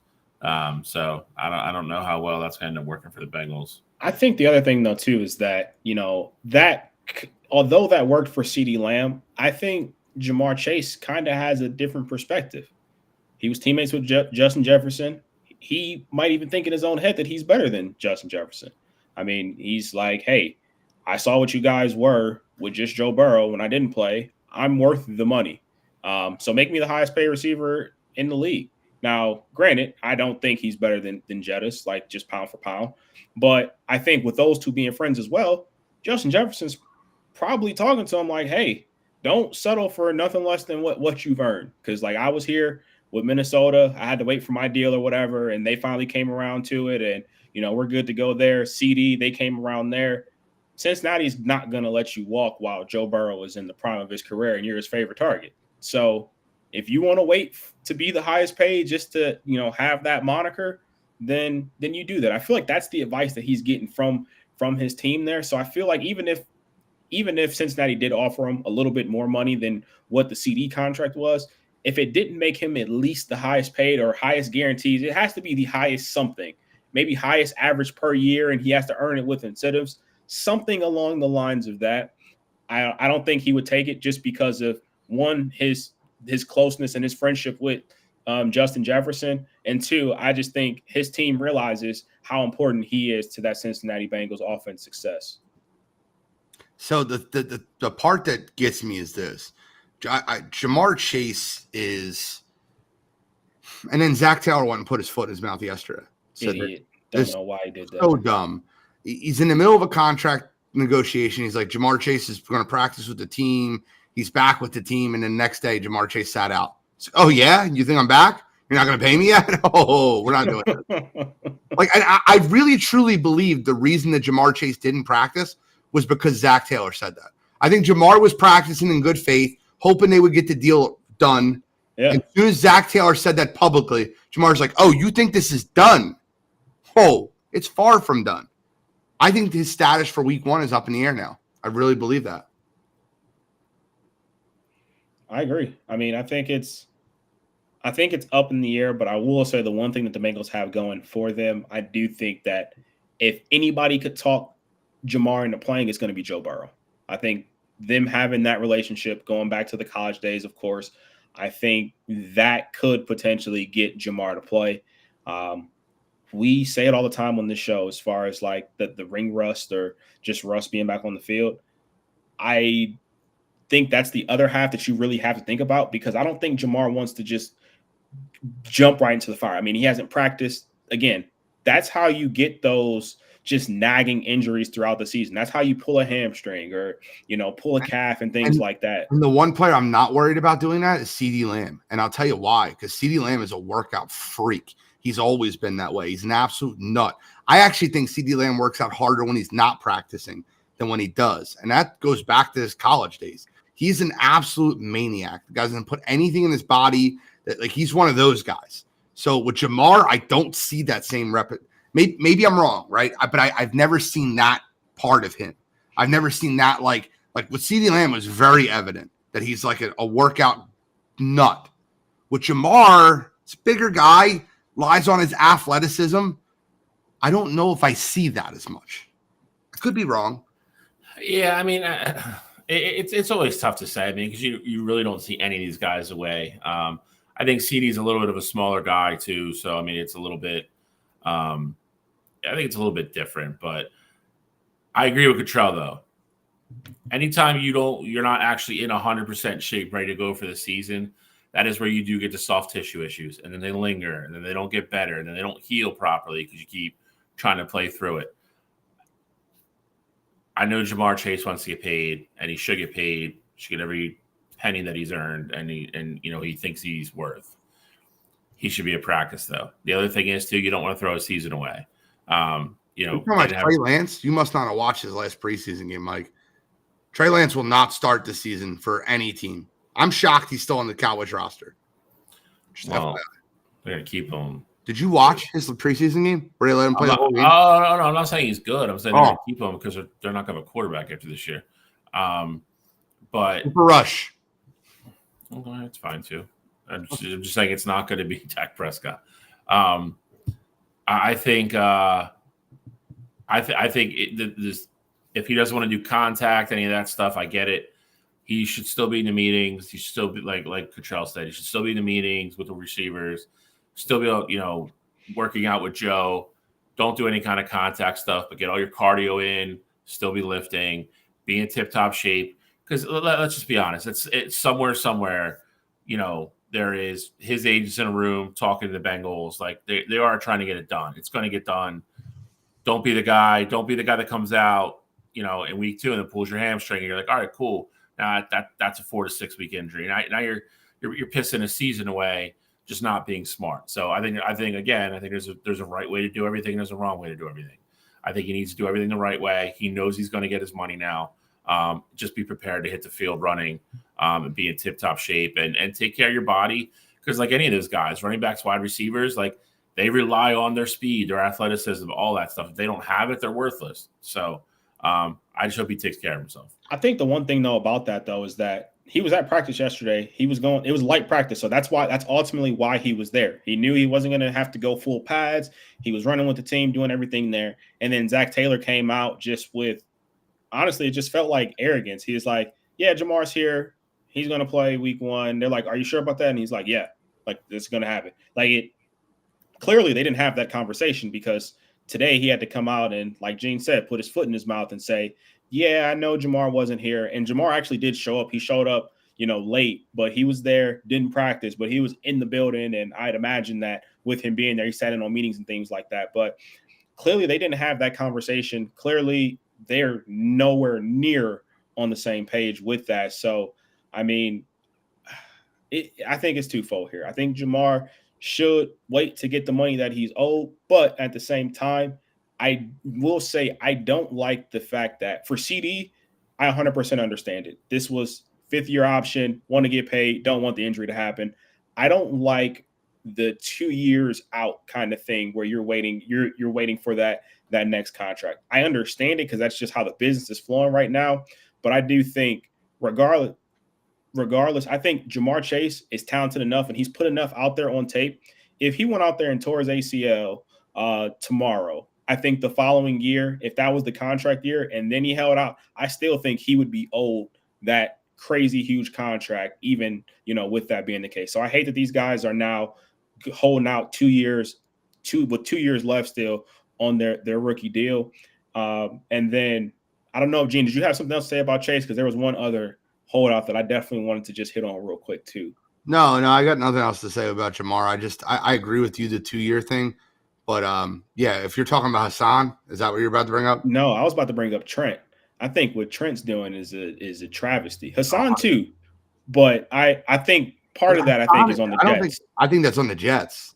You got to have a deal in place. The guy, knowing the guy was not going to play without a contract. Yeah, I think you have to have you saw it on Hard Knocks. Ryan Poles came out and said, hey, we were thinking about trading for Matthew Judon. He said he wasn't going to sign an extension with us. We couldn't go with pulling the trigger on a 3rd rounder for Matthew Judon if he's not going to sign the 2-year extension for us. How can the Jets not already have that on the table and like, hey, once we agree to this trade, you're putting the ink to the paper and we're finalizing everything. This is the number that we're at. Are you cool with that? Yeah, we are. Okay, cool. Sign it, get it out the way. So I think part of it is on the Jets, but I also think it's absolutely crazy that Hassan hasn't he doesn't even know. He probably doesn't even know what the GM looks like for the Jets. Like, he's never been there. Like, I think that part of it is crazy to me on Hassan's end. If you want to talk about what Trent Williams is doing, that's absurd. They paid him the highest left tackle money. Yeah. And he's near the end of his career. And he wants he still got years left, like years left on the deal. I get that you're not the highest paid at this point. They guaranteed your contract until you were 39 years old. Yep. The minimum that you could do is do right by them. I'm not saying you shouldn't have earned more money, but being a holdout at this point, and it doesn't seem like he may not even play week 1. Like, I think that's absolutely absurd, especially given that this is the 49ers team that got you the hell out of Washington. Like, they went out, got you, they paid you, they gave you all the money, and now it's basically a slap in the face like, well, hey, I appreciate what you guys did for me, but give me more money now. This is how you're going about it. Are the 49ers in trouble? Ayuk's not there. Trent Williams isn't there. We saw what they looked like last year when they were missing their pieces. That 3-game skit they went on. It'll be interesting. Teams like Minnesota. But the CD contract is very simple. They needed to pay him. Their best player on their offensive side of the ball is CeeDee Lamb. The best player on their defensive side of the ball is Micah Parsons. That needs to be the 2 guys you pay. Dak Prescott needs to be an afterthought. I really believe that. He's playing for his contract this year, and if he gets you to where he's never gotten you, okay, find a way to pay him. But I don't think that that's going to happen. I believe that Dak Prescott's last year as a Dallas Cowboy quarterback is this year. Agreed. I said it before. I think Shedeur Sanders or Quinn Ewers is going to be the quarterback of Dallas Cowboys next year. I mean, there's just no way they're picking him over Micah Parsons. It's just not going to happen. No. He said, ignoring Kelsey, who do you guys believe Mahomes' top target will be? I want to answer that for you just because I know you're asking for a fantasy question. I believe it's going to be Rashee Rice, who his top target was last year. He's got a connection with them, throws the ball to him. And if Hollywood Brown didn't hurt himself very early, I think Hollywood could have crept up into that conversation. But having really no training camp with him, I think it'll be Rashee Rice. For me, I'm going to go with Xavier Worthy. I don't think Mahomes I think they're going to incorporate him in the offense so much where it's screenplays, RPOs, jet passes, things like that. And I think he's going. When you're looking at numbers, I think Xavier Worthy's going to have the best numbers of that receiving corps. The other thing with Rashee Rice is I know he's not on the exempt list yet or anything like that, but that shit can change at any point. And so I think with that being the case, Xavier Worthy being the first-round pick and him having all that speed, even if it's not Pat throwing him the ball down the field, I know Andy's going to find ways to put the ball in his hands and let him make a play.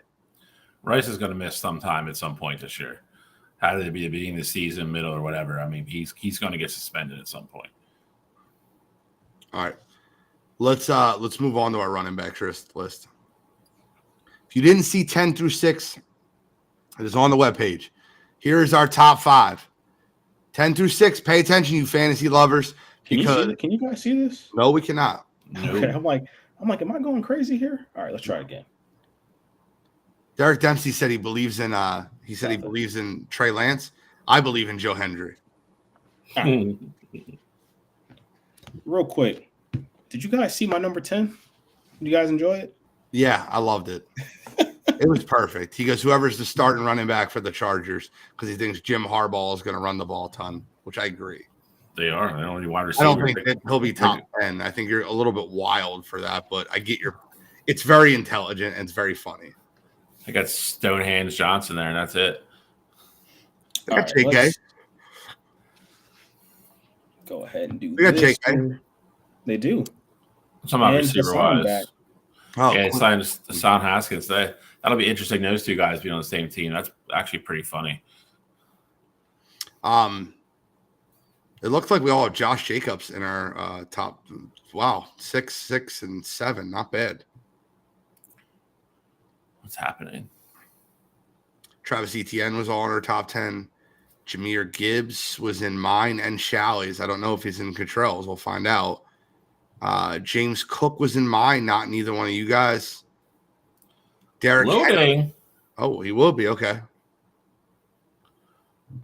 Look at that. There it is. Oh, he's not in yours. You don't have James Cook at all. Me, no. Okay. All right. So it looks like the top 5 are the top 5, just in different orders. No one has anything different. Respect. Nope.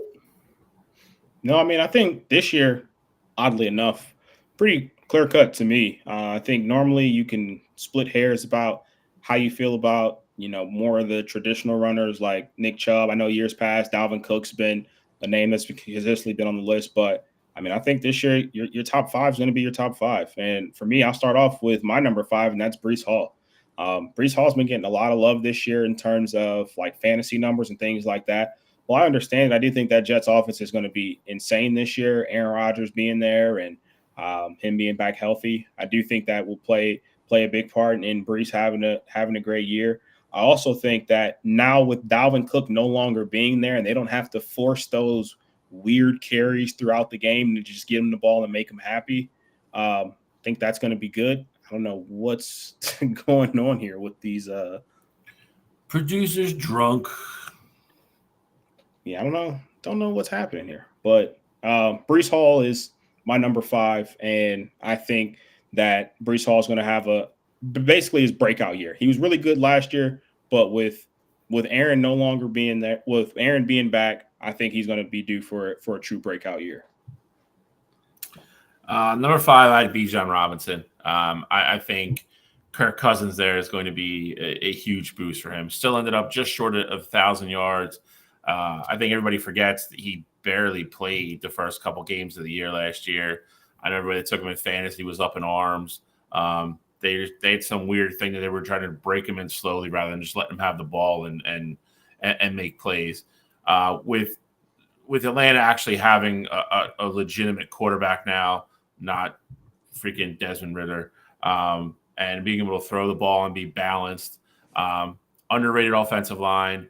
I think Bijan's going to have a huge year. That's why I have him number five. I think his number is going to go through the roof. And I think Atlanta finally saw towards the end of last year, just get the kid the ball in space and just let him do what he does because he's a very, very talented kid. So comes in number five for me. I have Bijan Robinson number five also. And the only reason I have him five and the four running backs I have above him is I think the four running backs I have above him are all the bell cow. I think Bijan Robinson's still going to split a little carries with Tyler Algier. I believe that's what's going to happen over there. They have a very good offensive line. Especially goal line stuff. Correct. So I have Bijan five. I also don't think he's as good as the four running backs that are ahead of him. I think all running backs that are ahead of him are all better than he is. But nothing against Bijan. Number five, right. Still a really high number. I have him ahead back here. Keep going. I said we're going to bring it back here shortly. Just keep going, Gene. Don't know what's going on our side of things here, but don't worry, it's coming. You're telling me? Are you saying list is coming back? Keep it going. Okay. My number four is Saquon Barkley, and Saquon Barkley is going to play in the Philadelphia Eagles offense that's absolutely loaded. But what Kellen Moore does is he features the running back. He did it in Dallas.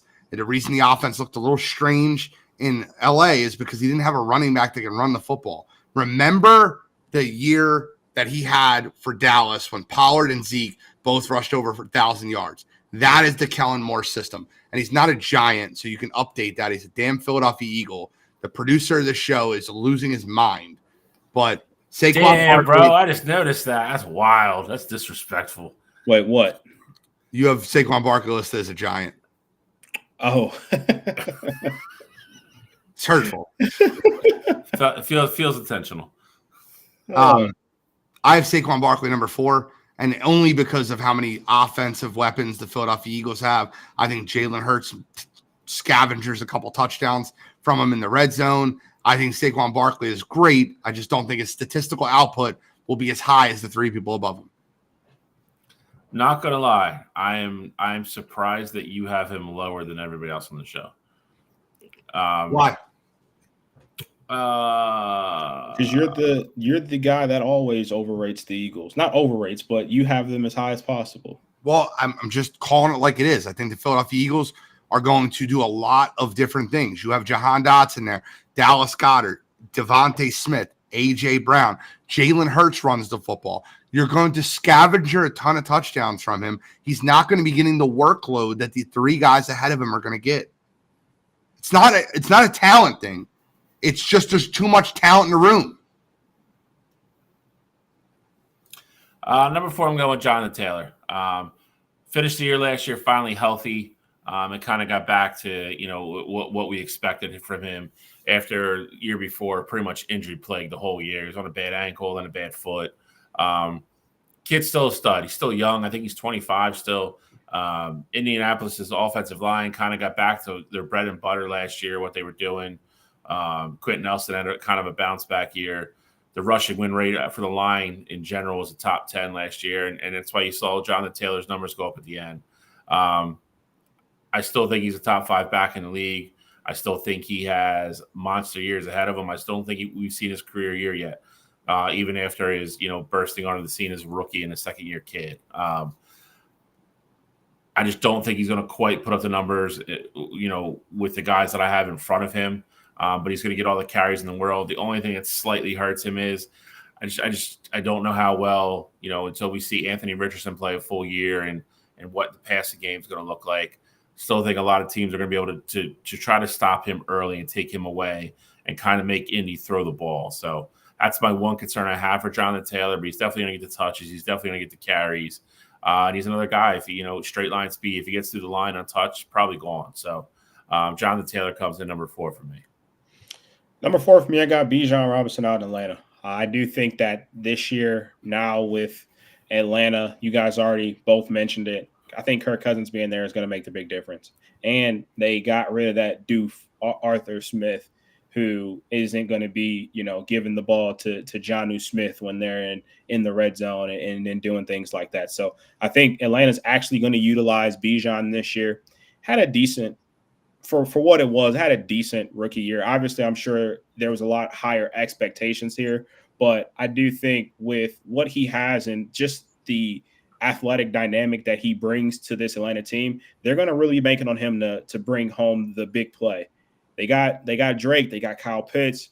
I think it's going to be really important for them to bank on not only the play action, but also a lot of that play action success is going to be dependent on Bijan being able to run the football effectively. So I think Atlanta will game plan to run through Bijan. I know he's got to split snaps with Algier. I don't think that split is going to be nearly as crazy as it was last year.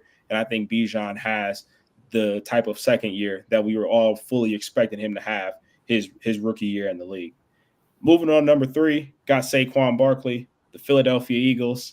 I think that Saquon we're going to see very similar to what we saw from Christian McCaffrey going over to San Francisco. You go from, as Godfrey said last week, you go from Ben Simmons to Kyle Ripken Jr.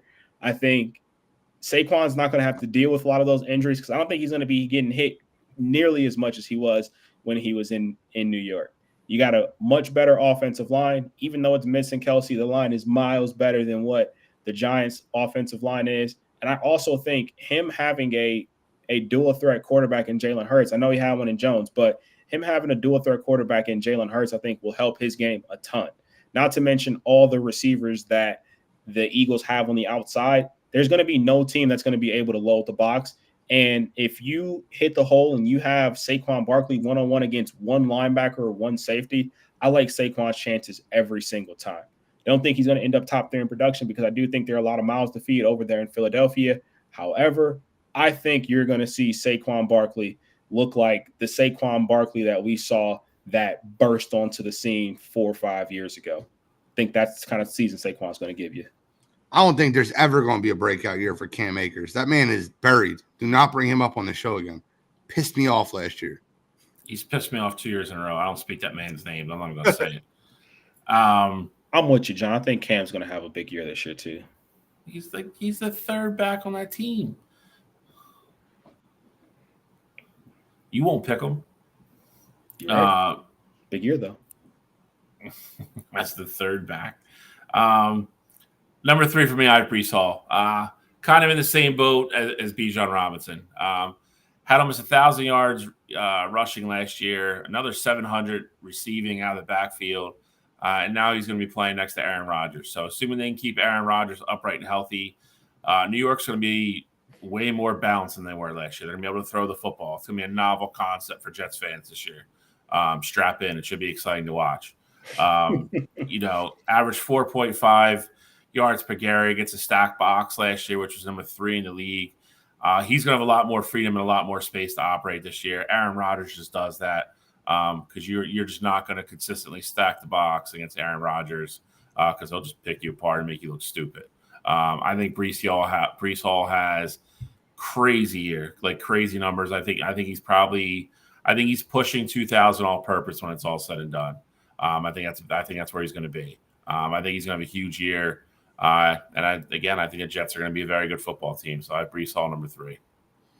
I got Jonathan Taylor number 3, and I think Jonathan Taylor is playing in a situation in Indianapolis that's just as good. He's 25 years old. He does not have a lot of tread on the tires, as most running backs do in their second contract.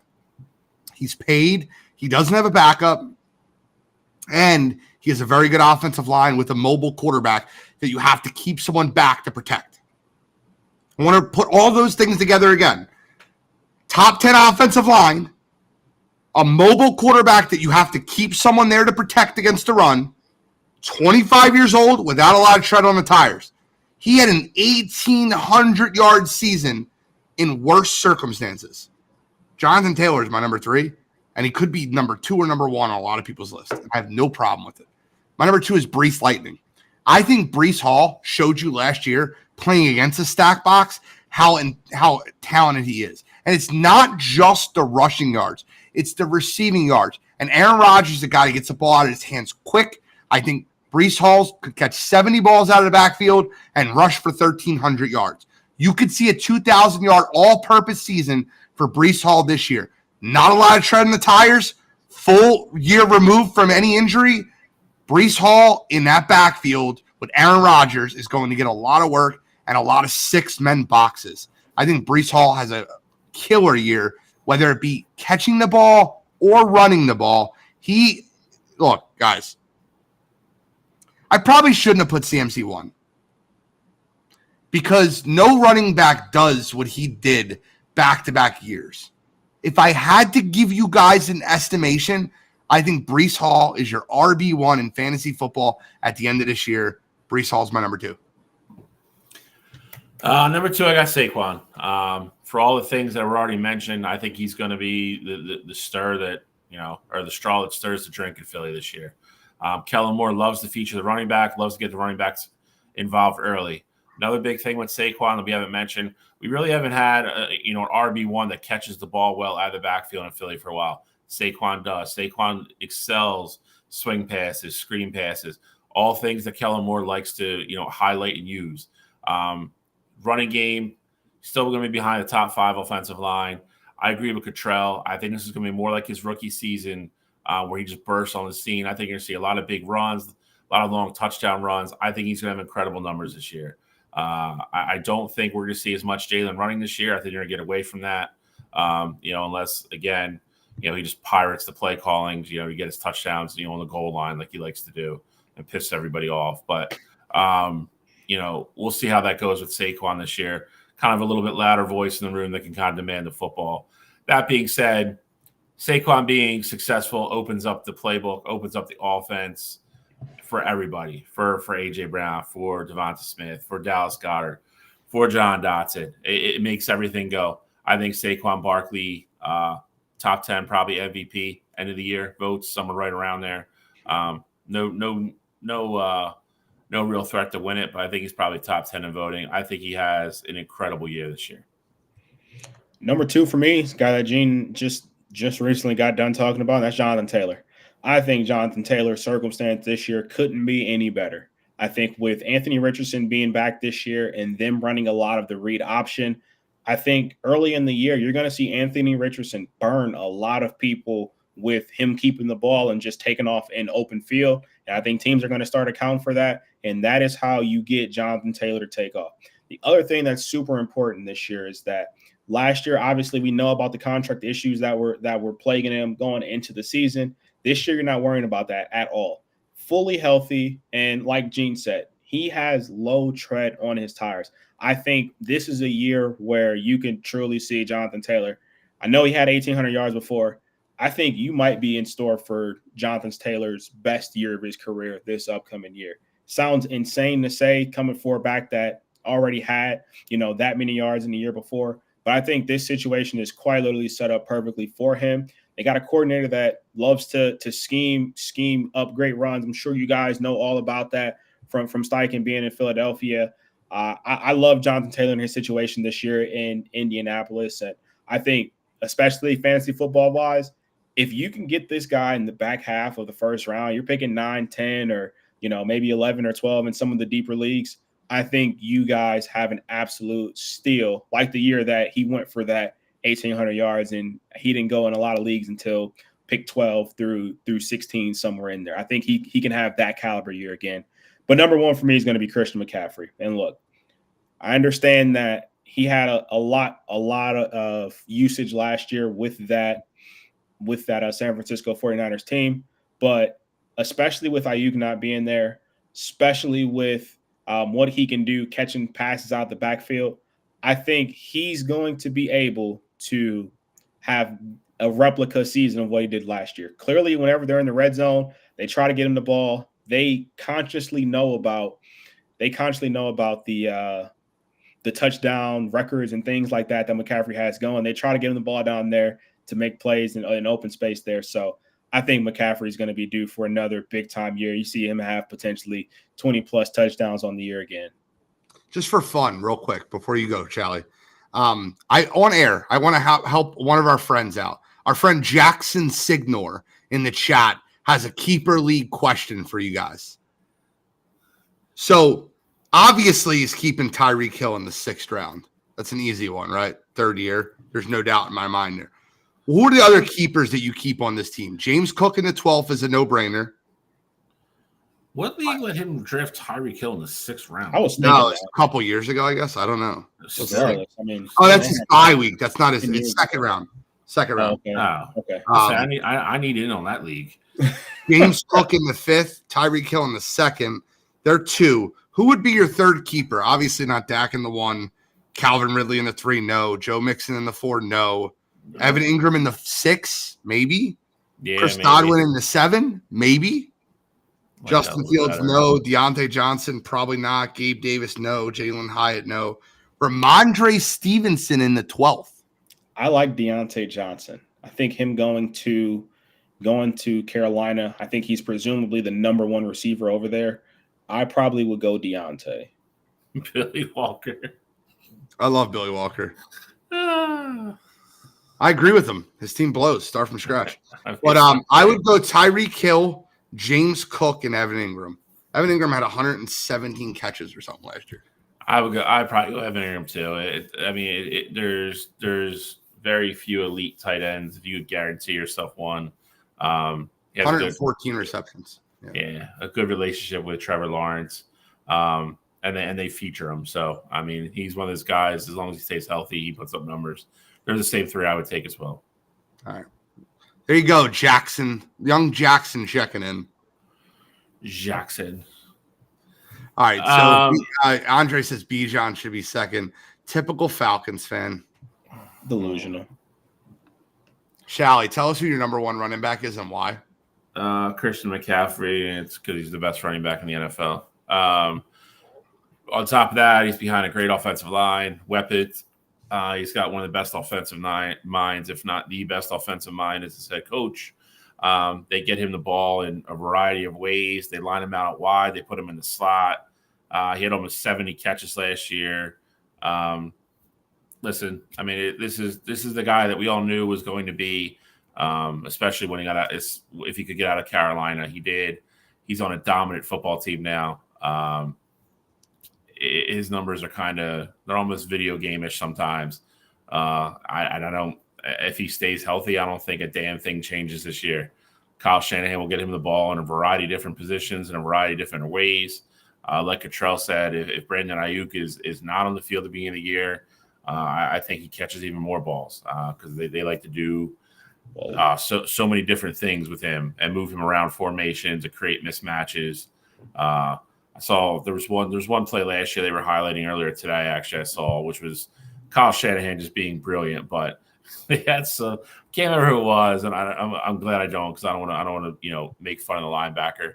But they had like some weak side linebacker who's like 260 and like ended up having to cover Christian McCaffrey in the slot, and he ended up being open by like 5 yards. Like it just wasn't fair.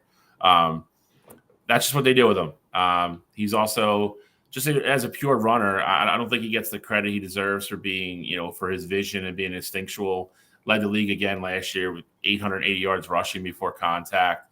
Very elusive, very fast, and he's really strong. I don't think he gets the credit for the strength that he has. He's a freak athlete. So for all those reasons, Gene could probably name 10 more. That's why he's number one for me. I want to apologize to the listeners. I do. I've lost my way. I've lost my way. This is not the Gene that you guys signed up for. The Gene you signed up for is bold. The Gene you signed up for makes projections based off his belief. And I do not believe Christian McCaffrey finishes as RB1. I think he's the best running back in football, but I do not believe he finishes as the RB1 this year. The way running backs are used in the NFL to duplicate the performance that he had last year, this year, is just not realistic. He already has a calf strain. They're being very cautious with it. I'm not going to project an injury, but I think Christian McCaffrey's history tells you everything you need to know about how many games he's missed throughout his career. I don't believe Christian McCaffrey finishes number one, but I do think he's the best running back in football. And I think his production per game will be better than any football player out there. It's just I don't think he plays 17 games. So take that advice for what you like. But that's where I stand on my number one running back. Next week, we ended off with the QBs. I felt like I should have had a Mike Trout moment there and told you guys Christian McCaffrey's peaked. I believe it. I'm telling you, you're never going to see a season like you've seen from Christian McCaffrey like last year. That'll be the greatest season in his career. Everything else is downhill. I mean, you kind of just said it now. So, what if he has a similar? Here we go. Year? And I will be wrong. I'm saying I could have been wrong about Mike Trout, but I wasn't. But again, peak is that saying that he won't have a season better than that. Then I kind of agree with you. But with Jonathan Taylor, for example, would you say Jonathan Taylor's peak? He had an 1,800-yard season. No, I think he can do that this year. But if he doesn't, though, then I would be wrong. 1,800-yard rushing seasons don't being right or being wrong. I'm they saying don't grow on trees. 1,800 yards is a lot. If he goes for 1,750 this year, I don't want to say the guy's peaked. But if he goes for 1,750 and catches 500 out of the backfield and has more all-purpose yards, even if he doesn't have more all-purpose yards, if he has 1,750 and I don't know how many yards he caught for that year, but let's say just 100 yards receiving or whatever. I don't want to say the guy's peaked because I think he's in the prime of his career. I don't think Christian McCaffrey's in the prime of his career. I can understand that. I think last year was his best year you'll ever see. He had 2,000 yards all-purpose. I do not think he'll repeat that this year. You don't think he gets over 2,000 all-purpose yards? I do not. Well, if he doesn't think he's going to be healthy all year, then yeah, that makes sense. Yes. I just think that with Ayuk not being there, I think he's primed for another 2K. I don't have too much on headlines because we're at 155 right now, and we have to wrap up. You got to be kidding me. So I'm going to use one of the headlines I wanted to use as my "you got to be kidding me." I pushed something to the side for this. So let's get into "you got to be kidding me" because I know you guys have something to do right after the show, and I don't want to reap into that. So we're hour 54. Let's move into "you got to be kidding me." All right. So this week for me, I'll have a little fun. And for what it's worth, this isn't directed at Bill, but mine this week is going to be the Netflix documentary, the Sign Stealing, that came out with Connor Stallions. Has absolutely nothing to do with how I feel about the case in general. But for me, it's just the things that Connor said that obviously are either not true or being vehemently disputed by someone else. So for those of you who haven't watched it, I don't want to spoil it too much for you because I know it just came out early this week, so I don't want to ruin it for you. But long story short, I'll give you quick synopsis here. Connor is a guy who has already proclaimed that he can remember 2,000 plus signs in the world. They had his interview, a little bit of an interview leaked from from when he was speaking with the NCAA and all the attorneys and stuff, and they asked him, they said, "Hey, Connor, is this you at the Central Michigan versus Michigan State game?" And he goes, "I don't remember if I was there. Not gonna lie to you guys. I've had crazy times in college. I can deliberately tell you every single football game I've ever been to, especially within the last year. Like I can 100% tell you that. Not to mention that Dave Portnoy. They had Dave Portnoy on this documentary with him, and they asked Dave. They said, "Hey, was this Connor on the sidelines of this game?" He said, "Yeah, it was Connor. He told me it was him." The only thing about the Dave thing is Dave already came out on. I'm not disagreeing with anything else you said. The only thing Dave came out and said they clipped it to make it sound that way. That's not exactly. It's not the whole thing of what he said. They clipped it because Portnoy's freaking out already about it. That's fine, but even out of context, if that is what he said, that is insane. Like you saying that, hey, yeah, that was me, or like even if it was like jokingly, you got to have your ducks in a row. I mean, he's been working with Barstool since he got fired. So I'm sure at some point they had a conversation about, hey, they're going to be interviewing me for your documentary, blah, blah, blah. You got to have your ducks in a row, Connor. So regardless of how you feel about the whole scandal and things like that, for me, you go out there, you say that you don't remember if you were at the football game last year, which we blatantly know that was a lie, but it's smart on your part. I will give you kudos. Smart on your part for not perjuring yourself. But you not being on the same page with Dave Portnoy, who you've been going on this crazy media run with anyway for the last 6 months. This week for me, Connor Stallions and Dave Portnoy and the whole sign stealing documentary. Kidding me. For me this week, I'm going to go with Deion Sanders. Deion's nickname is Primetime. He's in a weird way proclaimed himself to be a prophet and all these other weird things. Oh, I know where you're going. Man, you're the head coach of a big program now. You want all the attention in the world on you.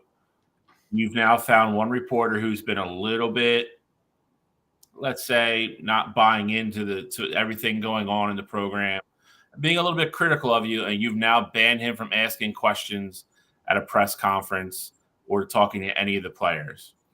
Now, he brought up in an interview yesterday about the whole Mike Gundy thing. Mike Gundy thing was completely different. That reporter singled out a kid and attacked a kid. This guy's talking about you. He's one of the beat reporters at the Denver Post. Bro, you can't be any more soft. You want all the heat. He made some comparison about being hot and always needing fans because Paul Feinbaum criticized him the other day. It's going to come, bro. You can't have your own Amazon show, your own sunglasses, all this, all that, and then go 4-8 and not expect any kind of criticism. You don't think Kirby Smart gets asked tough questions? You don't think Nick Saban get asked tough questions? Ryan Day, Jim Harbaugh, all those guys, they get them all the time, dude. You think every bit of press that gets written about any of those guys is all positive? You went 4-8 and you got embarrassed in most of those 8 losses. And now you're banning guys from press conferences. Grow up, dude. You want to be prime time. You want to do this. You want to do that. You want to have all the eyes on the country on your program and your son at all times. Have all your games televised. Blah blah blah. Expect the criticism, man. Don't go 4-8. Then be a better coach. Don't be arguing about people being critical, bringing 45 kids in from the transfer portal. It's all part of the job, dude. And you should have known that. You should have known that for being a professional player and everything else. You're going to be criticized. It's part of the job. Grow up. Don't be so soft. So for this week, Deion Sanders for me. Kidding me. The one I slightly just want to throw out there is that's not the full thing. I mean, a lot of what Deion said, reason why he threw the guy out and like not answering questions from him specifically is because of the personal attacks. Like I understand if you call him a bad coach, that's one thing, but attacking him as a person, I will say you don't typically get that a lot with a lot of coaches. Like, you don't talk about like Ryan Day like as a person. You talk about him not beating Michigan, but you don't hear people talk about him as a person or Saban as a person, things like that. So a lot of personal attacks from the guy. Not saying it's right. I do think Deion is being a little soft about it, but also don't think journalists should be attacking character of people just because you don't like a certain person. That's not how journalism works. All right, so you got to be kidding me is the continued conversation that I've been having for the last week and a half about why that in order to like one, you have to hate the other. And I'm really getting sick of it, right? And it just drives me nuts. And I understand like cheering for one, it means that you don't cheer for the other. I don't agree with that. And what this is talking about is the Caitlin Clark, Angel Reese conversation that consistently gets brought up when you have two tremendous rookies breaking rookie record after rookie record, no matter how you do it. Angel Reese just had 3 20-plus rebound games in a row. That is absurd. That is video game numbers as a rebounder. But instead of just saying that's a great stat, that's awesome that she had 3 20 rebounding games in a row, the response has to be, well, she's got all her own offensive rebounds and blah, blah, blah. And it's so many of her own misses. And then that stat gets completely debunked where they say, look, listen, if you deleted every one of her offensive rebounds off her own shots, she would still be leading the WNBA in offensive rebounds. I don't understand, and this is on TikTok, this is anywhere. If you want Angel Reese to win Rookie of the Year, it's Caitlin Clark is leading the WNBA in turnovers and setting a record in turnovers. If you want Caitlin Clark to win Rookie of the Year, it's Angel Reese is 4 for 16 and not doing anything special. Getting rebounds isn't important. You don't have to trash one to praise the other. Here's one thing everyone should agree with. These are two of the most talented, special rookies we've seen in WNBA in a long time. Do I think one is better than the other? Absolutely. I've held no bones about that. I think Caitlin Clark is the better basketball player than Angel Reese. But in order for me to say that, I don't have to trash a rookie that's 6'3", that garners 20 rebounds over Brittany Griner, who's 6'9". That is impressive. I don't understand why one can't be the other. I could watch the NBA and say, I think Joel Embiid should win the MVP, but Nikola Jokic having 20 assists is an incredible feat. You can do that as adults. What these two women have brought to the WNBA is exposure and coverage that they have never seen ever. Take a step back and celebrate that. Stop pouring into the initiative that in order to like Caitlin, you have to hate Angel. In order to like Angel, you have to hate Caitlin. If you don't like them, that's fine. It's okay. It's sports. Indiana and Chicago are rivals. If you're a Fever fan and you don't like Sky players, I have no problem with that. But you don't have to trash one to make the other look better. And for that, this week, the fans that are doing that type of dumb shit, you got to be kidding. Kidding me. I had to get that off my chest because, look, I make it very clear. I think that Caitlin's better than Angel, and I think she should win Rookie of the Year. But to trash a girl after she had 320 rebound games because she's getting her own offensive rebound and her shooting percentage isn't the best as a rookie, I want you to go look up Kevin Durant's shooting percentage as a rookie in Seattle. It was terrible. It was awful. And I'm not saying she's Kevin Durant. She's not. But you don't have to trash her. I think there's a difference between trashing and having a discussion. I mean, those are all viable points. You just don't have to trash her as a player or a person, though, to make your point. And I agree with you. They're just two totally different things. Looking forward to look at Indiana beat Connecticut tonight. Man, that's a huge win to beat the Connecticut Sun. I haven't seen the game or seen the stats, and I'll look at it later, obviously. But it looks like Kelsey Mitchell had another great game for Indiana. But that's all our time this week. Anybody have any final thoughts? No, I mean, excited about week one. WNBA also gets really interesting. Playoffs are going to be right around the corner. So that'll be fun. But I'm ready. I'm glad football's back. So I'm looking forward to Saturday for sure. Same. I mean, we really get real football Saturday. We're a little over a week away from NFL. We're 3 weeks away from about a full month away from Major League Baseball playoffs. Still, there's just a lot going on. It's all good stuff. So, definitely a great time of year to be able to come on here and talk sports with you guys. I'm with you. Love it. Appreciate the support. Appreciate everybody in the chat tonight. It was popping. Love the support from you guys. And, looking forward to many more weeks of great conversation. I'm the NFL genius, Gene Walzak. That's Kent State's own, Cleveland's own College Cottrell. And that's Uncle Shally, Scholastic Shally. We are signing out.